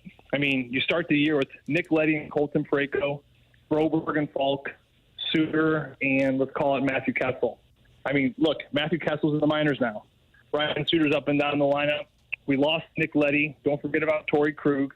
Broberg missed almost a month with his injury. I mean, you bring in Cam Fowler. I mean, guys, that's just a defensive end. Think of all the different personalities coming in, and I just think that some exchanges from goalies to D to D in the back end aren't as clean. I think timing's just not as sharp. So that's on the team side, where I think they could be much better in front of Bennington. But then for Jordan, too, I think to be fair, he'd be the first one to say it because he's an honest and very direct and accountable person. I think that he'd like to have a couple of these goals back over these last few games. I mean, that one last night, the Blues get within one, right? They're in a good spot. You get a nice goal there. You're starting to climb back. And then, of course, the Tampa Bay Lightning come down, kick it out to Kucherov. He slides it over. And then, of course, the Tampa Bay Lightning score right after a snapshot from the right circle.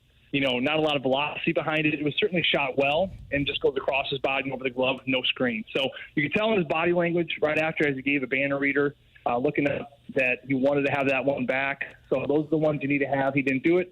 So to answer your question, Doug, yeah, I think it's a little bit of both. I think it's a team in front of him not being on the same page. But also, I think to a man, I think Bennington would agree that some of these he's got to make a save on. Joey Vitale every Friday here on TMA. And Martin and Jackson will be out in front of his house tomorrow night picketing with a barrel and some fire. Yeah, that's the plan. Wow. All right, Joey. Gloves with the fingers cut out. Absolutely. And cardboards that say scab. Yeah. I got the deputy Kirkwood sheriff on speed dial. The law's on our side, gentlemen. Hashtag not my Santa.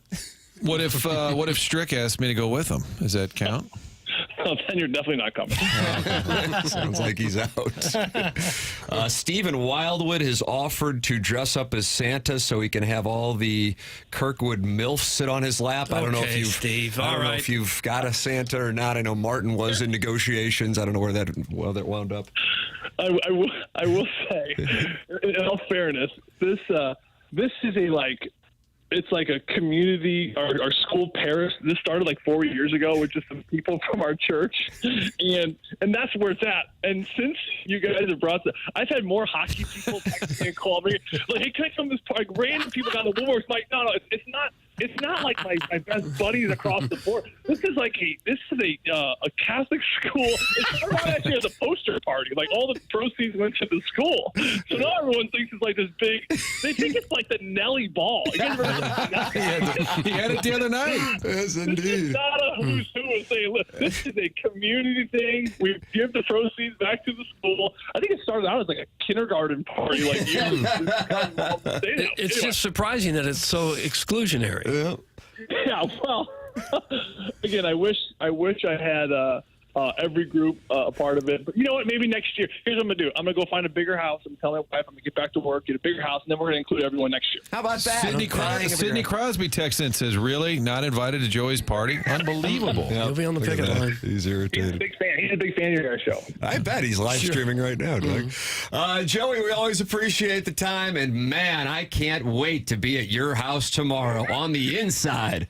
Poster party. It's poster party. It's just a poster party. If I know you, it's just a poster party. That's all it is, Doug. Poster party. And can we have the Ohio State-Tennessee game on? Martin says you're going to force us to watch like a Winnipeg game. I was thinking if we rerun some of my old high school championship games from Savage Center. Oh, nice. VHS. Yeah, VHS. CB. Maybe one from the 2003 where we beat Marquette. Suck it, Marquette. Oh, that's where my wife went. That's going to be awkward. Old wounds die hard. He's probably got NHL Network on a loop, Tim. You're going to be greatly disappointed. Joey, we appreciate it, brother. Thanks so much. Oh, it's fun. See you guys. See ya. All right, Joey thank you, Vitale Joey. with us here on TMA. Send your emails in. Design Air Heating and Cooling email today. Martin, you know anything about Design Air? Design Air, the longest-running TMA supporter. Seth Goldcamp's probably invited. Everybody's invited, apparently, except me and Jackson.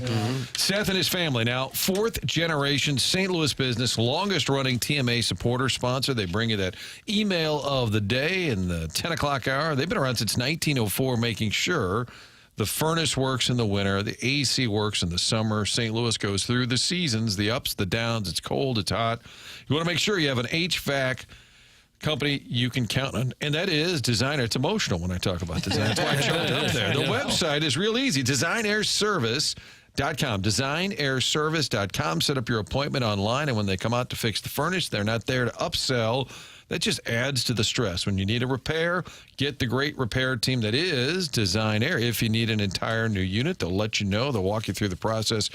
It's a great company. That's why it's been around for so long. DesignAirService.com. Design Air Heating and Cooling sponsor of the email today, the morning after at InsideSTL.com. We are now over $6,500 for Annie's Hope. What a great thing this has been this morning with the loyal audience of TMA and 101 ESPN making donations. You can make your donation for Annie's Hope at donorbox.org/2024 TMA campaign. I would highly recommend going back and listening to Kevin Wellington telling his story and the value Annie's Hope has had to him and his family since his wife passed away in October, leaving behind their 4 children, all young children. Annie's Hope is the name of the charity. We decided we would raise some money on our final full show before the holiday season, and the audience has delivered. Thank you so much to everybody who has donated. And if you can, donorbox.org/2024 TMA campaign. Also earlier on the show, on what, Martin, you're calling a Big Joe Friday? Joe Theismann, Joe Buck, Joey Vitale. Yeah, Joe Rogan wanted to call in. We told him we were sort of full. I didn't have time. The Colonel's going to be with us coming up in the 10 o'clock hour. If you miss anything, TMA STL app, which is brought to you by Schaefer Door Company. Our studio camera is brought to you by the Air Alliance team. This is TMA on 101 ESPN.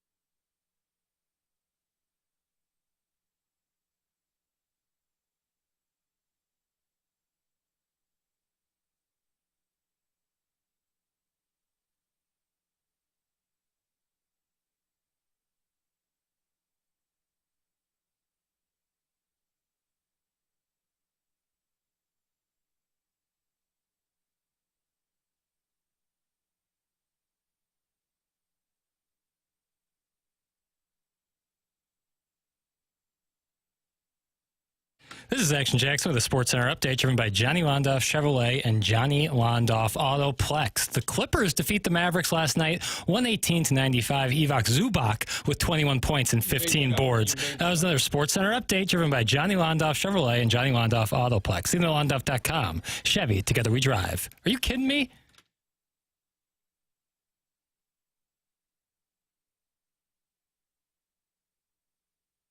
Welcome back. It's TMA 101 ESPN. Tim McKernan, Doug Vaughn, Martin Kilcoyne, Jackson Burkett, Chairman Kurt with you on the program. And we're going to have that Colonel joining us here in about 15 minutes. Colonel's exhausted. Colonel works harder in December than I think any month of the year, especially with the transfer portal. And my God, he's only 10 days away from the Music City Bowl, so you know he's really getting ready. It must feel helpless just to try to keep up with it all. Yeah. You just couldn't possibly do it. Can't win. No. Guys tell you they're staying, and they get more money somewhere else, and then they're going. Can't win. Can't win. Email in, Design Air Heating and Cooling email today coming up at 10:45. Text into the program, 314-399-9646. And Jackson, do we have the drops of the week? You got it. You better do it. Morning After. Drops of the week. Yeah, you gotta drop it like a hot dog. It's a wonderful drop. Indeed it is. Flip that off. Flip that off. Flip that off. Flip that off. Clip that off. Doug, this is a Sapphic show. I don't know if it's Sapphic. I've always been a temp guy. And if I have to listen to one more week of that barefoot motherfucker. This situation is very much not my expertise, but I feel like as an outsider, I'm able to see it clearly. You know where I'm at with botulism. That's a really good question. I'm definitely going to get lucky Christmas night. No question about it. And your instinct is right. I do love to cuddle. Rich, the Eagles have not lost since you told Dan Orlovsky to piss up a rope. Good. It doesn't compare at all to the nerves when you're in the same room as Tim. With the blowhole. I've been swimming in raw sewage. I love it. Fear and Loathing in Jeffco. Easy, Santa. Don't get your panties in a bunch. Hello, bitch. Good for you, Doug. That was Drops of the Week. I don't know who did it, but whoever did it, I'm doffing my cap. Look, Doug, I'm doffing my cap. I see you doff it, you know. Is that you, Jackson? Yeah. That was a good one. That was well done. I was really proud of the ending. The naked gun, and then the naked gun. Bitch. Well, I was listening back to the Rich Gould interview because I was like, I've definitely missed more drops than I wrote down. And he just said, I love camping. I love it. And I go, I recognize that callback right there. I had to get the naked gun audio up in there. People love Uncle Rich being on the show. Yeah, how can you not? He's FOTS all day, friend of the show. Am I? Am I now, Junior? I'm a friend of the show? He even disputed that right out of the gate. Hey, Tim, just got out of a therapy session, talked a lot about Doug's bulge and Sweet Kai's anus. What now? Any update on the Illini's victory bidding? Any takers? Come on, Fats bid. That's from the recovering alcoholic in Belleville and Webster Groves, and he has put up 2 tickets, $250 a piece, for the bidding for our charity fundraiser for Annie's Hope, and it includes free parking, and you are sitting in the Bull and Bear Club, and I hear that is like the nicest suite in the building. You guys ever sit in there, Jackson? Yeah. You have, of course. That's where I saw Post Malone. Oh, really? It was awesome. How'd you get that hookup, Sweet Kai? Bond off. Recovering alcoholic. Yeah, be darned. It's a nice hookup. Yeah, big time. It was awesome. Some seats there with Matt Offenberg. I've been to the old Bull and the Bear. Nice. It is really cool. Submit your bids in the Air Comfort Service text line, 314-399-9646. If you want to call and talk it over with Chairman Kurt, 314-974-0101. All right, Doug, college football playoff starts tonight. We will make our picks coming up. And then, Martin, you have some onboarding going on? I got some more onboard. I'm almost wrapped up. Hope to get it done by the end of the year. That's the key. You can listen to the program anytime you want. TMA STL app. It's brought to you by Schaefer Door Company. Doug, you know anything about Jason Gosrow? Well, sure, because when I had a garage door problem, that's who I called. And that's the name you need to think of. If anything ever goes wrong with your garage door, you need to think, what do I do now? Oh, I know, Schaefer Door. So that's what you do. Let me spell Schaefer for you. Schaefer. There's only one F. A couple other businesses around town with 2 Fs. This is a 1F Schaefer. And this is a place that'll get you taken care of toot sweet if you have any kind of problem with your garage door. It's best to call or text them at 636-782-3608. This will get you the quickest response time possible. They service all kinds of garage doors for service and new installs with LiftMaster. LiftMaster garage door openers are strong, quiet, and they are versatile. They also have that special Monday morning standby service for doors that break over the weekend for whatever reason. That seems to be when they go. But Schaefer Door is right there to get you taken care of if you have those kind of problems. Or if you run a business, have a warehouse with those big, giant garage doors, Schaefer Door is experienced in those types of jobs as well. Again, the website is schaeferdoor.com or call or text 636-782-3608. Schaefer Door is a LiftMaster partner. Making our plays for the college football playoff first round next. Then Gabe DeArmond joins us at 10:15. This is TMA 101 ESPN.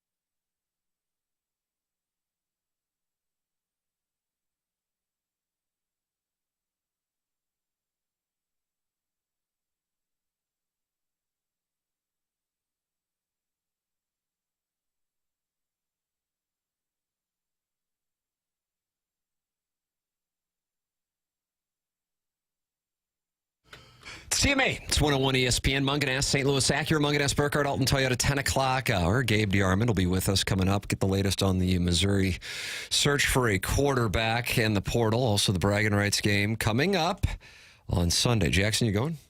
I'm not. Wow, big announcement, Doug. I'm not. Sorry, Doug, I had Martin's mic on and not yours. I said, why not? Thank you. Noon start, not great. Tickets. You got big plans tomorrow night? Tomorrow night? No, just hanging out, watching the games. That's what I'm really looking forward to. Yeah. But noon, they beat Kansas when I watched on my couch, so we're gonna keep it rolling. Okay. Oh, for heaven's sakes, had nothing to do with them winning. Superstition, it's all right to be a little superstitious. Oh, I guess. A little stitious. Yeah, I don't know. But I love the bragging rights game, and it's always a great time. But, yeah, not this year. What if it were 7 p.m. on Monday night, the night before Christmas Eve? Yes, then I'd be so much more And then it's fired. a pony. Yeah, then that's now, the we're thing. in here and we're doing the show the next day, but for the rest of the metropolitan area and fans coming from near and far in the bi-state area, I think you would have more enthusiasm for it. Yeah, I think part of the reason why I love it so much is because growing up and even into college and work, it was like the Friday, like on the first day of Christmas break. Like you're going to be off either school or work for, a week or two, and you get to watch Mizzou, Illinois, 50-50 arena. Really love that element of it. Sunday at noon kind of takes some of the air out of the sail. All right, Jackson's out. Windows out. They're going to sell it out, Probably. The tickets, the way I've seen the third-party ticket sales, it seems like they are. Oh, that's good. Doug, we have the college football playoff getting underway with Joe Buck and Joe Theismann on the program earlier. One Indiana rep, one Notre Dame rep. Joey Vitale earlier in the program. It's been a big show as we're raising money for Annie's Hope, and we were at $6,542 raised since 7 o'clock. Tip of the cap to the audience for doing so. You can make your donation by going to donorbox.org/2024 TMA campaign. Ladies and gentlemen, it is time for our Pick 6 College Football Playoff Edition. Okay.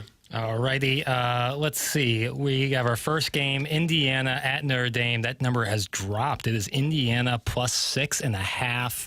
I will also give the boys an option, since they're only picking 4 games, to do over-under. That over-under is at 52. So you can either do 6.5 spread or over-under 52. Tim, we'll start with you. I will take Notre Dame and the under. Notre Dame. Tough to take a near touchdown We have to favorite take and both? go under. That's what I'm going to take to get me 6 Okay. picks. Yeah. Yes, you can. Yeah, either way, you got to get to 6. So, Doug, your play? Well, that's what I was going to do. All right, that's fine. I think Notre Dame's a little better than some people give them credit for. I don't think they'll Jackson will take Indiana. He hates Too hard. Irish and he hates Catholics. No, I have to go with my mind my on this goodness. one. My mind is telling me that the Notre Dame at home. I think the home field advantage thing is going to be so huge in these games, more so at Notre Dame than any one of them. So I will take the Irish, and I won't touch this over under because it seems like it's too high. So I'm just not going to touch it. I'll do a different one. All right, our next game, 11 a.m. kick tomorrow. SMU at State College, Penn State. SMU is getting 11 points. It's a double-digit spread.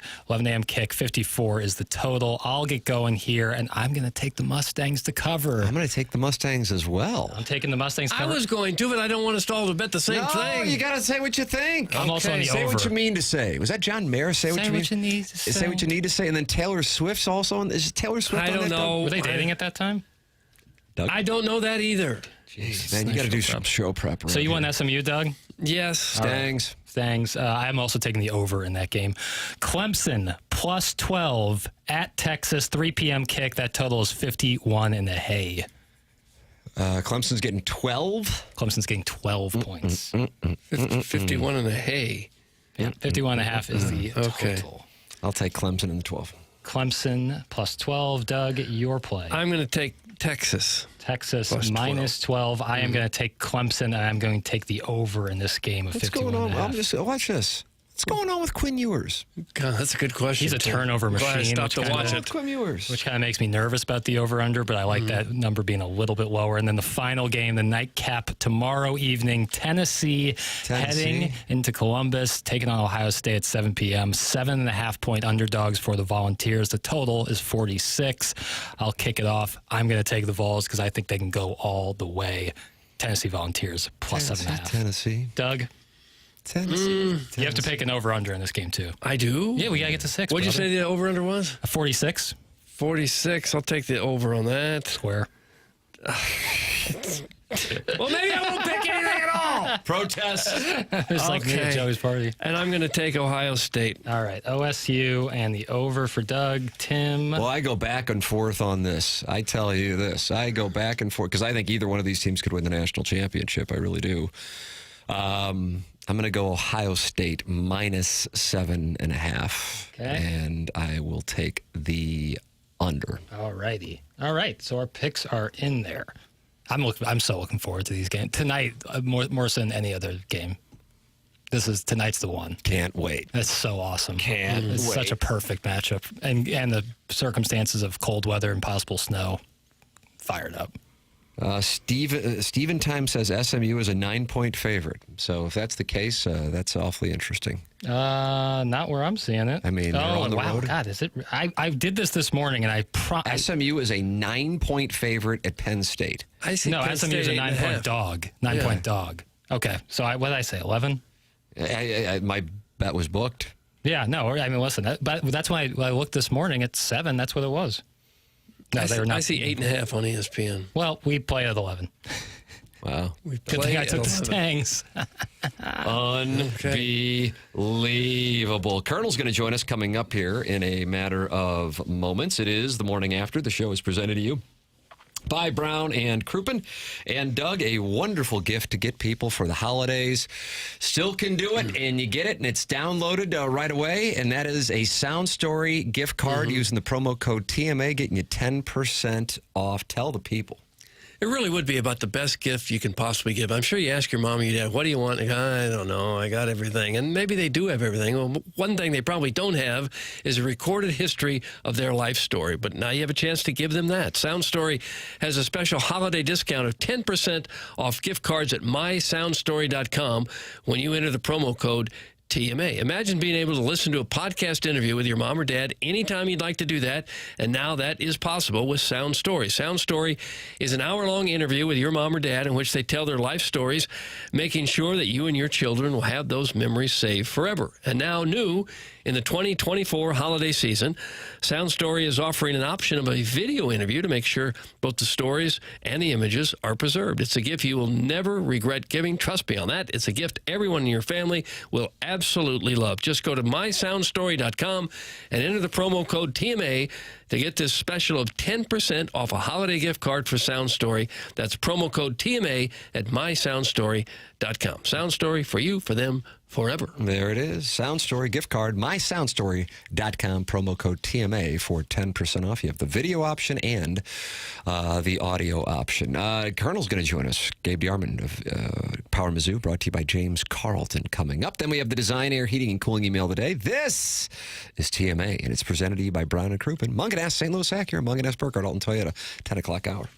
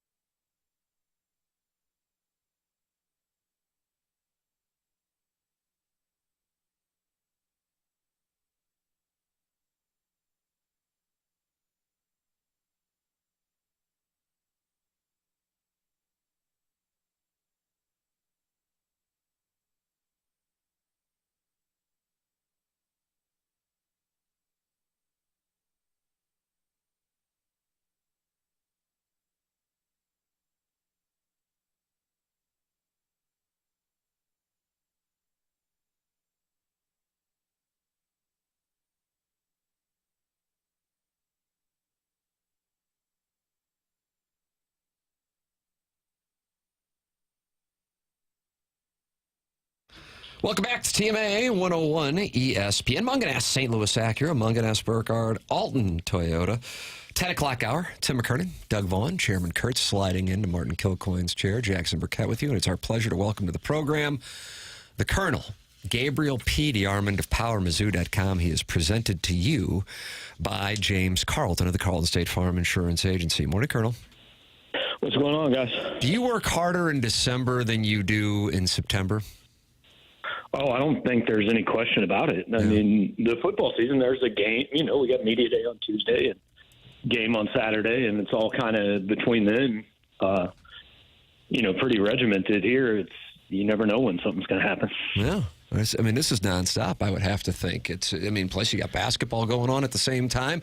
I've wanted to do it, but it's like I didn't do it, but I was like, I got to text the Colonel and go, hey, who do you think's going to be the quarterback? But I'm sure you get like 100 of those texts, and you probably don't know the answer. But I was legitimately curious, and I've been sick the last few days, so I was bored out of my effing mind. And I'm reading PowerMizzou.com, and I'm like, Gabe's got to have some idea. And he would text me, and he would tell me, Doug, but I didn't do it. So I'll ask here on the air, so you just blow it right out of the water right here. That's better rather than texting you off the state on the radio. Exactly. Look, I wish I knew. I'd put up a story, and we'd make a lot of money off of it. I don't know. I don't know. We'll see. Do you think that of the names that are out there, and Jackson, Bo Prabula. Why do we have to say it like that? Who else we got? Mendoza? Yeah, the guy from Cal there. And who else is in them? I feel like there's another one. I've been reading this. That's really it. I mean, Prabula visited. He also visited Iowa and UCF. He's at Ole Miss today. He's going to be at Indiana on Sunday, I think. Saturday or Sunday. I don't know. I know they play tonight. And then we assume he'll make a decision. He's the only one we know has visited. He's the only one, honestly, we know there's mutual interest. I mean, I've reported for a week now, hey, Missouri likes Fernando Mendoza from Cal. Keep an eye on him. But the only thing we know about Mendoza is that he visited Indiana last Thursday and Friday. That came out at some point midweek. That's it. We have no idea if he has visited anywhere else, talked to anyone else, anything like that. So, you know, Missouri fans have reached a point where they say, well, it's obvious that he has no interest and that, you know, but maybe he doesn't. I don't know. I can't say that he has been here. I can't say that he hasn't been here. All I know for sure is that he's a guy Missouri liked and absolutely was going to look into. Where that's gone, I'm not sure. What's it like now when a player visits? Does he come with his agent, with his parents? Does he get a tour of the school or sit down with the coach for a couple hours? What's that process like? Yeah, I mean, I think it depends on the kid. I don't think most of them probably come with their agent because their agents have, you know, other kids and other clients making visits. Now, maybe quarterbacks are, hey, it's important enough that the agent, but I think the agent does stuff, you know, with the NIL guys and all that over Zoom or phone or whatever. And that's mostly pretty agreed to, or at least a general understanding before the kids visit, I think. You know, I don't think there's a lot of times that a kid comes on campus and you're completely surprised by the number when you ask what it's going to take. I think the difference, like a high school visit, is very much like, hey, go hang out with the guys, and whatever you guys do Friday and Saturday night, we don't necessarily know about. Just show up Saturday morning. You'll talk to the academic people and see the facilities and all that. The transfer visits are way more transactional. It's, okay, here, meet the position coach or the coordinator, the head coach. You guys talk that over. We're going to take you out to a nice dinner. We'll sit down, we'll talk football, and we'll talk money. And that's really it. Gabe, Eli Drinkwitz had some comments yesterday kind of setting, I don't know if it's setting the record straight, but maybe giving fans the mindset of how the world is different now if you were observing your team and how things have changed from recruiting high school players and now the portal. What did you think of what he had to say? And if you don't mind kind of giving a recap of what he had to say. Yeah, Gerard Hamilton's got a story on our site this morning, and Drink talked on Wednesday, and more or less said, look, don't blame the players. This is a messed up, broken system with no rules and nobody's in charge. All you can do is the best you can. Like the days of recruiting kids and developing them, and in their third or fourth year, they become starters in big parts of your program are gone. Missouri just had 4 kids who transferred out after 6 months in the program. You know, and they were 3 of the 4 were very highly rated kids. But all they did is what honestly I said they should do a year ago. take the best offer you've got. Whoever's going to pay you the most money you can get, do it. And then go. And if that doesn't work, just go back in the portal. 6 months later, you're still a 4 or a 5-star kid. Somebody else is going to pay you. So, take the most money. And then the second time around, go to the place you really want to go. And I think that's like Missouri fans will probably kind of hate to admit it, but I think given how quickly it went with Williams Nwaneri and Kewan Lacey and Courtney Crutchfield, and the fact that they all had other options, before they ended up signing with Missouri, I think you've got to be open to the idea maybe they never really wanted to come here. The offer was just too good to turn down. Yeah. And they took it and moved on. And that's the way it goes. I think Drink is well equipped to be your coach in this because, look, you can sit out here and cry like Dabo Swinney has done for 5 years, right? Piss and moan about how awful it is and how, we need to go back to the days of running stairs and hills and not getting water and the Junction Boys. Or you can deal with the fact that this is what it is and I'm going to do the best I can. The only way you can judge the portal is at the end of it, you look and you say, did we get more out of it than we put into it? That's it. That's the only metric for this thing. And so, we cover it as it unfolds. Everybody talks about it as it unfolds, but we are about halfway into this window, and then there's another window in the spring. So until you get through that, there's really no point of saying, oh, no, we have no offensive lineman, or, oh, no, we lost this 5-star recruit. I mean, let's see what they have at the end. So that's your message to people who are panicked and wondering, oh, my God, what's going to happen here with the upcoming season, especially surrounding the quarterback position? Yeah, I mean, let's see what happens, right? I mean, I make a living off their panic, so panic away. I can't tell anybody how to react, but I've said, like, the Venn diagram of the people who freak out about every individual recruitment and the people who are panic posting in the first quarter of a football game is a circle. Like, you're reacting an eighth of the way through with 1/100th of the information. And that's fine. That's great. Again, that's why message boards exist. I'm not telling anyone not to do it. I would just advise that, understand what you're doing is not necessarily rational. And by that metric you cited, is it a positive or negative, the portal? Right now, I would assume it's a pretty big negative for Mizzou. Would you agree with that? Well, you lose Kewan Lacey, you get Ahmad Hardy, who ran for 1,300 yards as a true freshman, and he's got 3 years left. Look, I don't know what Kewan Lacey is going to be in 2 years, but I know right now Ahmad Hardy's a better player. You lose Nwaneri and Brown, and all they've got at that position right now is Langdon Kitchen from Northwest Missouri State, who I think is a nice rotational piece, but the upside is probably not first-round draft pick, so they're down there. They've picked up quite a few pieces on defense. Basically, they've replaced Tristan Newsom and Chuck Hicks and Corey Flagg didn't transfer, but they graduated. Missouri got 2 of the top 5 linebackers in the transfer portal. I think you argue that's at least even, maybe better, So I don't know. Missouri's got, I think, the number 10 class in the country right now. They've added 7 guys from the portal. They've lost 13. But, at least 7 of those guys they've lost were either walk-ons or guys that simply were never going to see the field here. So you can argue they've seen 5, maybe 6 guys who either were contributing or you thought might contribute to the portal, and they brought in 7. So I think it's been net pretty even right now. But if we want to panic, you're okay with that because that's how you make your living. Yeah.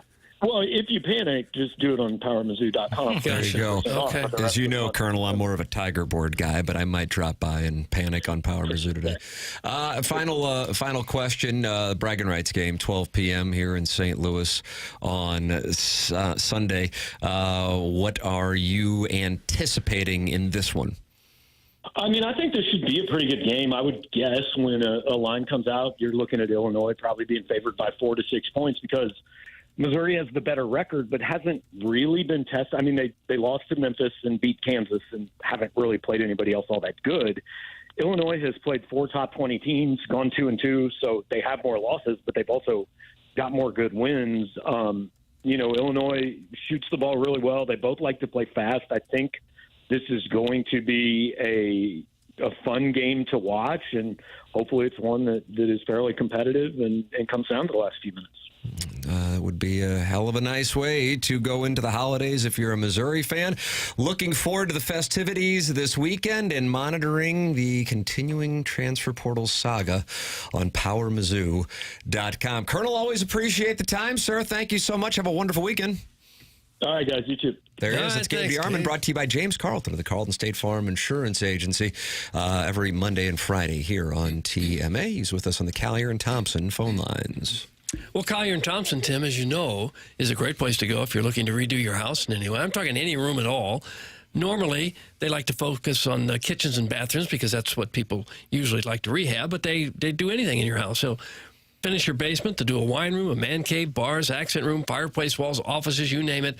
They will do it, and they will do it better than anyone in town. Now, they're not the cheapest in town. They're not your brother-in-law's cousin who's got a hammer from Home Depot going to come fix it. And they're also not the most expensive. They're right there in that sweet spot where they've got absolute professionals doing the work, and they're not the most expensive in town. So this is a place where you want to go if you're not fooling around with a remodel. You want it done, and you want it done by the best people in town. They've got their own plumbers and electricians and painters. They've got it all right there in-house. It's the kind of place where you don't need to go to 4 or 5 other different stores to get what you want. Collier & Thompson has got it all right there in-house. They have a very deep showroom. Be surprised at how big it is. Over 10,000 square feet with more than 20 kitchen displays alone. You need to go to their website at collierandthompson.com and check out some of their before and after pictures of the work that they have done in homes around St. Louis. It will blow you away. If you go there and you could ask for the owners, Carolyn Beard or Bob Strati, or one of the other designers that work there. They'll walk you through the process, show you what they can do for your home, be a great investment in your house to get it fixed up. Maybe give that as a Christmas gift. How about that? That'd go over well. Collier & Thompson's on Manchester and Baldwin next to Uncle Bill's Pancake House, and you can come home to quality online at collierandthompson.com. There it is. Send your emails in. Design, air, heating, and cooling email today, 1045. This is TMA, presented to you by Brown and Crouppen on 101 ESPN.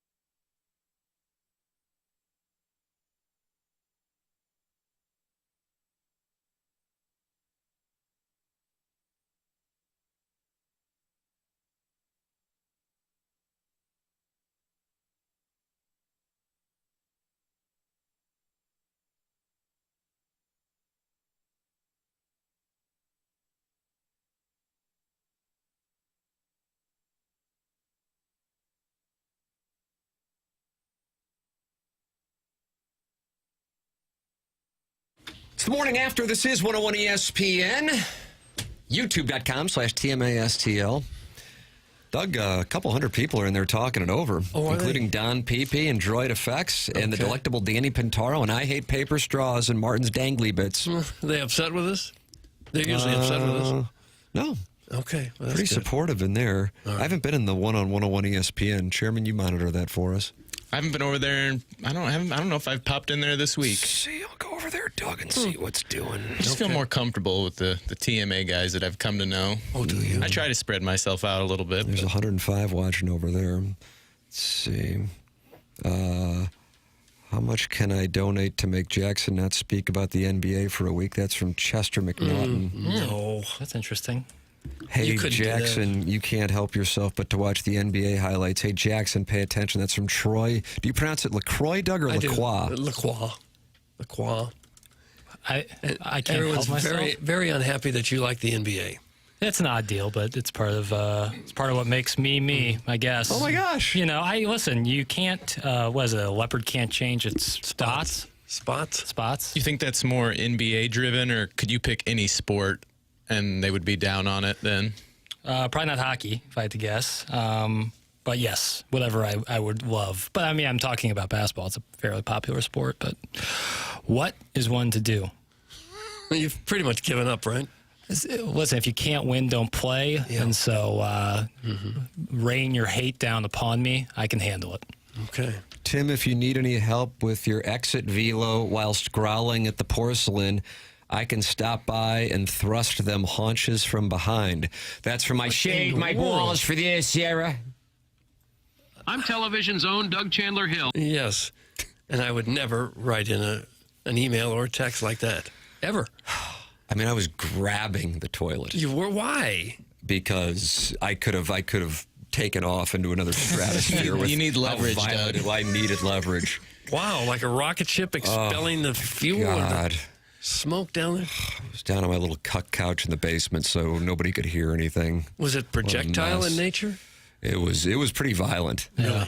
It was pretty violent. And then it comes to a point where like there's obviously nothing left in your stomach, That's so it's right. just that clear bile stuff, and that's the worst too because you don't get nothing lubricating the esophagus, for lack of a better term. Oh, tough. I hate the voms, but you never feel thinner than after you just release the demons a little bit. Yeah, yeah. But it was taco night. And so now I see that leftover, and I told my wife, I said, "Get it out of here, woman!" Oh, you did. Get it out of here. You need bland food. You need the blandest of boiled chicken. Crackety ass crackers. That's what I've been having. And Jell-O. Yeah. What flavor Jell-O, if I can ask? No problem. I wanted cherry and orange. My wife went to get it for me. She went to public school, and they didn't have cherry, so I said, "Strawberry, I'll be fine, woman." She didn't go to a second store? I said, "Why aren't you at Straub's?" You should have called St. me. Louis, you high. Yeah, exactly. Mungan, sponsor of the 10 o'clock hour, and they're online at stlouisacura.com and altontoyota.com. The great Jamie Burkhardt, Peter Munganest, wonderful sponsors of this program, and we are customers. 314-252-0029 is the number they set up for our audience to have direct access to them. It's Munganest, St. Louis Acura, and Munganest Burkhardt, Alton Toyota, stlouisacura.com and altontoyota.com. And then, even if you didn't get your car from Munganest, get it serviced there with Ryan Seiberg. Munganest, St. Louis Acura, Munganest Burkhardt, Alton Toyota, online at stlouisacura.com and altontoyota.com. This is TMA 101 ESPN.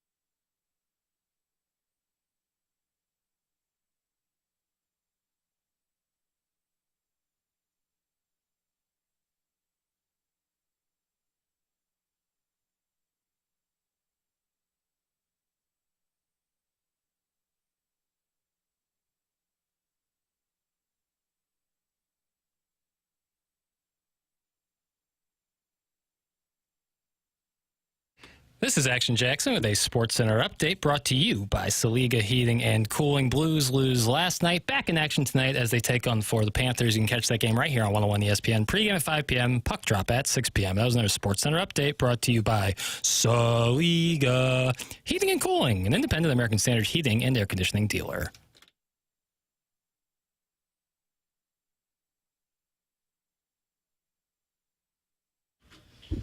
Morning After, 101 ESPN. Tim McKernan, Doug Vaughn, Chairman Kurt, Jackson Burkett with you. We are at $6,949.38 for our fundraiser for Annie's Hope.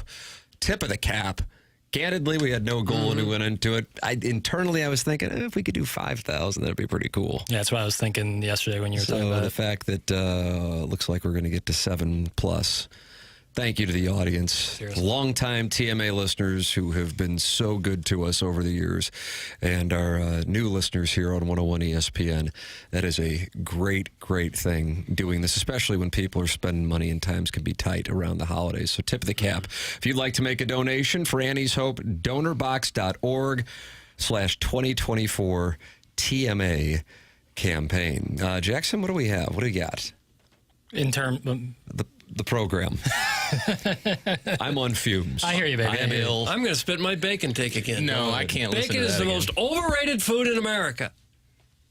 Processed meat with links to cancer, preservatives. It's awful. I like it. I think it's a good treat. Well, you don't need fries. No, you don't eat fries either. What about turkey bacon? Ugh. What do you mean, No ugh? bacon. Not a fan. I like turkey bacon. Nah. Well, I mean, different, some people, some things, but not a fan. I'd rather just have the real thing. Well, you shouldn't. You guys want to hear Charles Barkley's theory on Christmas? Yes, please. You bet. All right, hit the lever, please, pal. What would you like from Shaq? What would you like him to give you? Money? Well, cash is always king. No question. You know how I feel about Christmas. Agree. But to see the joy on these kids' faces, man, every kid, man, I just hope y'all have a great Christmas, man, because it's really about you guys, the young girls and the young men. Because, I don't believe in getting adult stuff. No, you don't. You do not. 18. So what's the use of having rich friends if you can't get nice gifts? No, man, it's for kids and kids only. Adults should not be getting toys. When I'm president of the United States, that's going to be the first. Oh my God! That's going to be the First Amendment. So First Amendment would be an executive order, I suppose. No adults get presents. Adults don't give other adults presents. Yeah, you could make a pretty strong case for that. I was doing some Christmas shopping, and when you're buying a gift, what you're really doing is buying a gift for yourself, because the person you're getting a gift for is also getting a gift for you. Yeah. So every time you do it, if you're someone who has sometimes trouble giving away money like that, you'd be like, well, I'm actually just buying a gift for myself in a way. And yet the gift of money doesn't seem like it's very thoughtful. No. Although it's appreciated, but it doesn't feel like they put any thought into it. Or it's the worst at this point, getting asked what you want for Christmas. I never know what to say. No point. Could not agree with you more. I've heard you talk about your parents doing it for my mom. My dad, you might imagine. Tim, your mother's asking everybody what she wants for Christmas. I don't know. You guys are all, you're in your 40s now. I don't know. Missy, just let it, just spend it on the grandkids. We got so much crap all over the house with this Christmas. I don't know. That's the real impression. Yeah. The Jimmy Stewart version, I don't know what that is. Tim, you've talked before about the leg lengthening surgery. That'd be a lovely gift. So I did see a video of a guy he was 5'6" and he got the surgery, and now he's 6 feet tall. Oh my God. I bet he's got it all figured out now. Here's the problem with it. He was doing a video of him rehabbing. First of all, they don't adjust your arm size, so you have these really long legs, and then his arms barely came down past his waist, and I was like, that's really weird. And also, he was doing this rehab video of him running, and in his mind, I guess he thought, it was this is impressive. I just got leg lengthening surgery. It was the worst running I've ever seen. Really? It was like that kind of run you do if you're in a parking lot of a grocery store. On YouTube, I can see this? Yeah, I'll send it to you. Because I'm about to fly over to China to get this done. He was running like you're in the middle of a street, and you're trying to show the car that you're going to give a little effort. That's how he was running at full speed. It seems like a terrible idea. How much taller did it make him? 6 inches tall. 6 inches, Oh, that's man. a lot. It's no doubt, but his arms are like T-Rex I would arms. roll up at brick tops. Forget about it. You're a fan of the TikTok. Have the shoes that the TikTok shop has that claim to add 3 inches to your height made its way to your For You page that's yet? better, because right now the lifts I'm wearing add 2 inches. I mean, these claim to give you 3, and with TikTok maybe staring down the middle. Let me ask. I ask. This is rhetorical, but if you're like getting yourself from, let's say, 5'5" to 5'8", at some point you're going to have to take those off, and the lass or gentleman that you have been pursuing, thinking that height will be important in her decision or his decision, is going to be exposed. You know what I mean? Right. Right. I just think that But you're beyond the point of no return at that point. Yeah. You may not get a second date out of it. Right. But with that one date, I think you're probably okay. With a personality like yours, it would have probably already won it over. That's a good point. That's a good point. That's a good point. That needed to be said, Doug. I know, and it was. Yeah, I'm glad it was. Good job, Chairman. Hey, Brian Crouppen is the title sponsor of this program. We're grateful for their support. The number couldn't be any easier to remember. Watch this, 314-222-2222. Yeah, Brian Crouppen, local. Ed Herman, Andy Crouppen, Terry Crouppen. They come in studio on Tuesdays here on the program. If you're in a spot where you need Brown and Crouppen services, don't you want a local law firm, one that knows how to handle the ins and outs of your case and the local environment? They're going to provide you with superior legal services and value client services as well. Haven't gotten to know those guys. I'm a big fan. I really am. I know Doug, we've gotten to know him over the last year and a half, I guess-ish. Not only are we grateful for their support of the show, title sponsor, starting in 2023 and going through 2025, but I enjoy when they come in here and talk it over. It's Brown and Crouppen, online at brownandcrouppen.com, 314-222-2222. Go to brownandcrouppen.com. Make sure you let them know you heard about them on TMA. The choice of a lawyer is an important decision and should not be based solely on advertising. Past results are no guarantee of future results, and every case is different and must be judged on its own accord. When we come back, we'll have the Design, Air, Heating, and Cooling email today. This is TMA on 101 ESPN.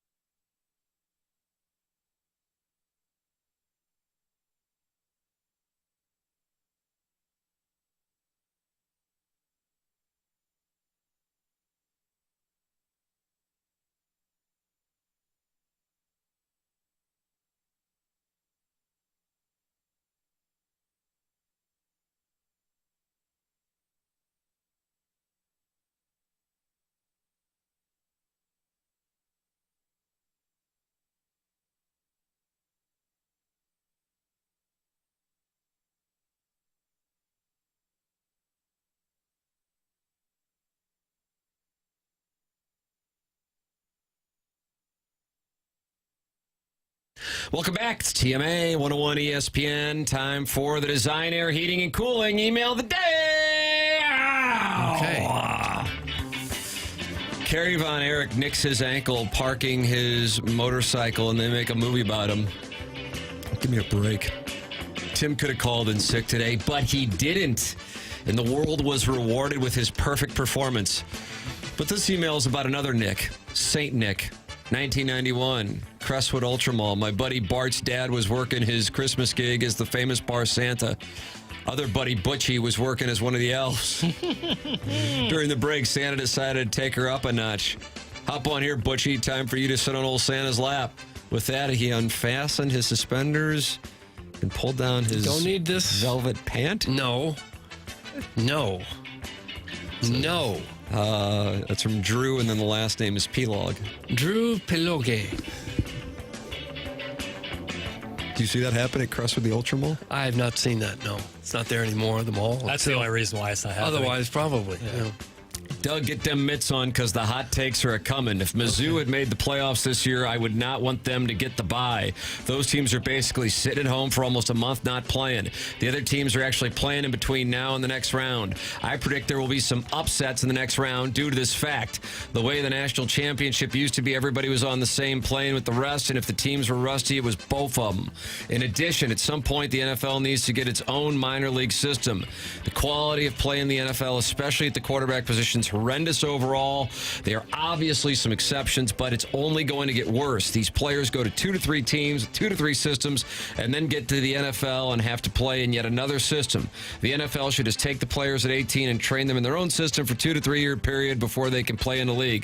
Thoughts? Steve at 1, does anybody want any of our players because we can't pay them way? Steve in Ballpark Village. Somehow, TMA is no longer the disgraced stepchild trapped in a poorly lit storage closet. I swear I've seen cozier interrogation rooms than that cramped kennel you used to broadcast from. Some days I would turn on the live stream, certain I had accidentally clicked on a grainy hostage video, but nope. It was just 4 crusty dudes talking about the stay-at-home dads convention. Now look at these big-name guests. Joe Theismann, Darren Pang, Joe Buck. My, how times have changed.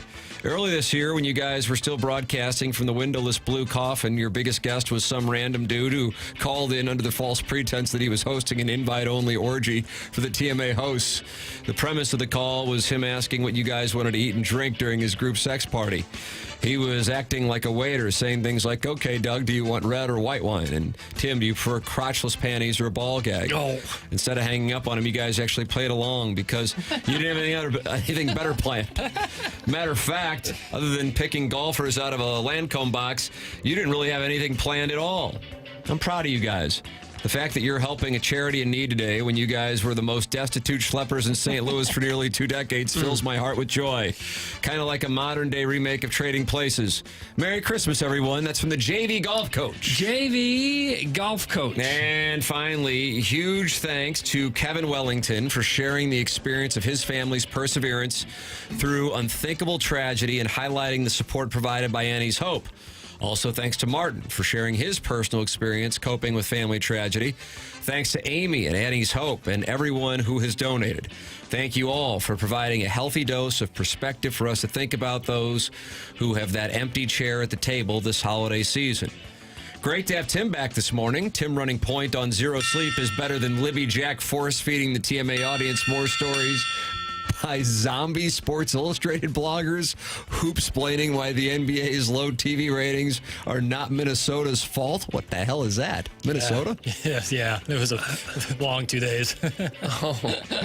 I do enjoy how bent out of shape Libby Jack gets when the gentleman he finds attractive texts in how the low TV ratings proves the NBA's popularity is on the decline. Haters gone hate. Remember the origins of White's LOL stem from the backlash in the text inbox to Tim saying he was excited about the 2012 NBA Finals matchup between LeBron's Heat and Durant's Thunder. Speaking of 2012, it felt like 2012 this morning with both Joe Theismann and Joe Buck on the show. All that was missing was Prod Joe trashing Sam Bradford and letting us know which ladies on reality television have an odor. Love hearing Joe Buck mock Libby Jack Sports Center updates and the Cardinals' lack of a clear strategy beyond shedding payroll and focusing on the minor leagues because for some some reason they weren't already. Congrats to Martin and Doug on getting the invite to Joey Vitale's Christmas party. I'm sure Libby Jack can get in if he wears his slutty reindeer costume and promises not to ask Joey about the size of other men's weens. Doug, that's from Buck Swope. Sure it was. And that's what we have for the Design Air Heating and Cooling email of the day. Well, it was long, but some of it was friendly from Buck Swope today, and I appreciate that, so I'm going to cast my vote for Buck Swope. Chairman Kurt, ladies and gentlemen. You zigged. I'm going to zag. Steve Orlovsky had some quarterback takes. I'm going Chairman Steve. Wow. He turned. I'm rocking with Buck Swope. Buck Swope is one. Congratulations. Buck Swope. I was going JV golf coach, so if he would have wavered. Congratulations, Buck Swope. You have won the Design Air Heating and Cooling email of the day. Doug, Design Air, you're a client. I'm a client. Martin is a client. Tell me about Design Air. They're going to be there if you need them this holiday season or whenever. If something happens to your furnace, Design Air is the name you need to know. Seth Goldcamp and his family have served over 10,000 customers since 1904. This is a St. Louis business. It's on the 4th generation now. They know how to do it. They know how to do it right. I've called Seth and had his people out to my house a couple of times.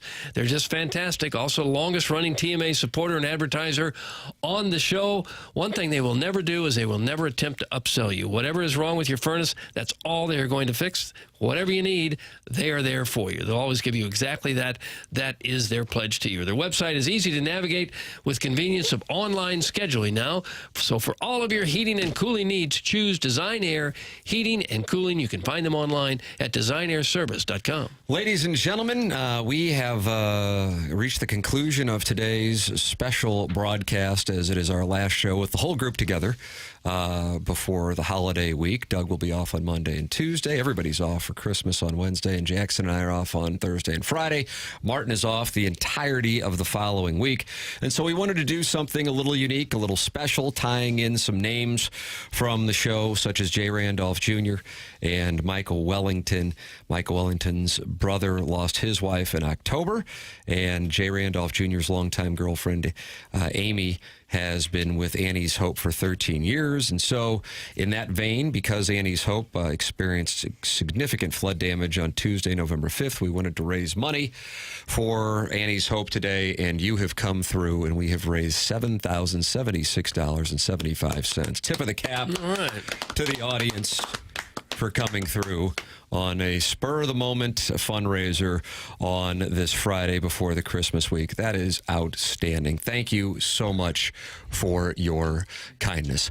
BK and Ferrario are up next. For Jackson Burkett, for Chairman Kurt, for Martin Kilcoyne, for my brother Kevin, for Douglas Elvin Vaughn, I'm Tim McKernan. This has been TMA, presented to you by Brown & Crouppen on 101 ESPN.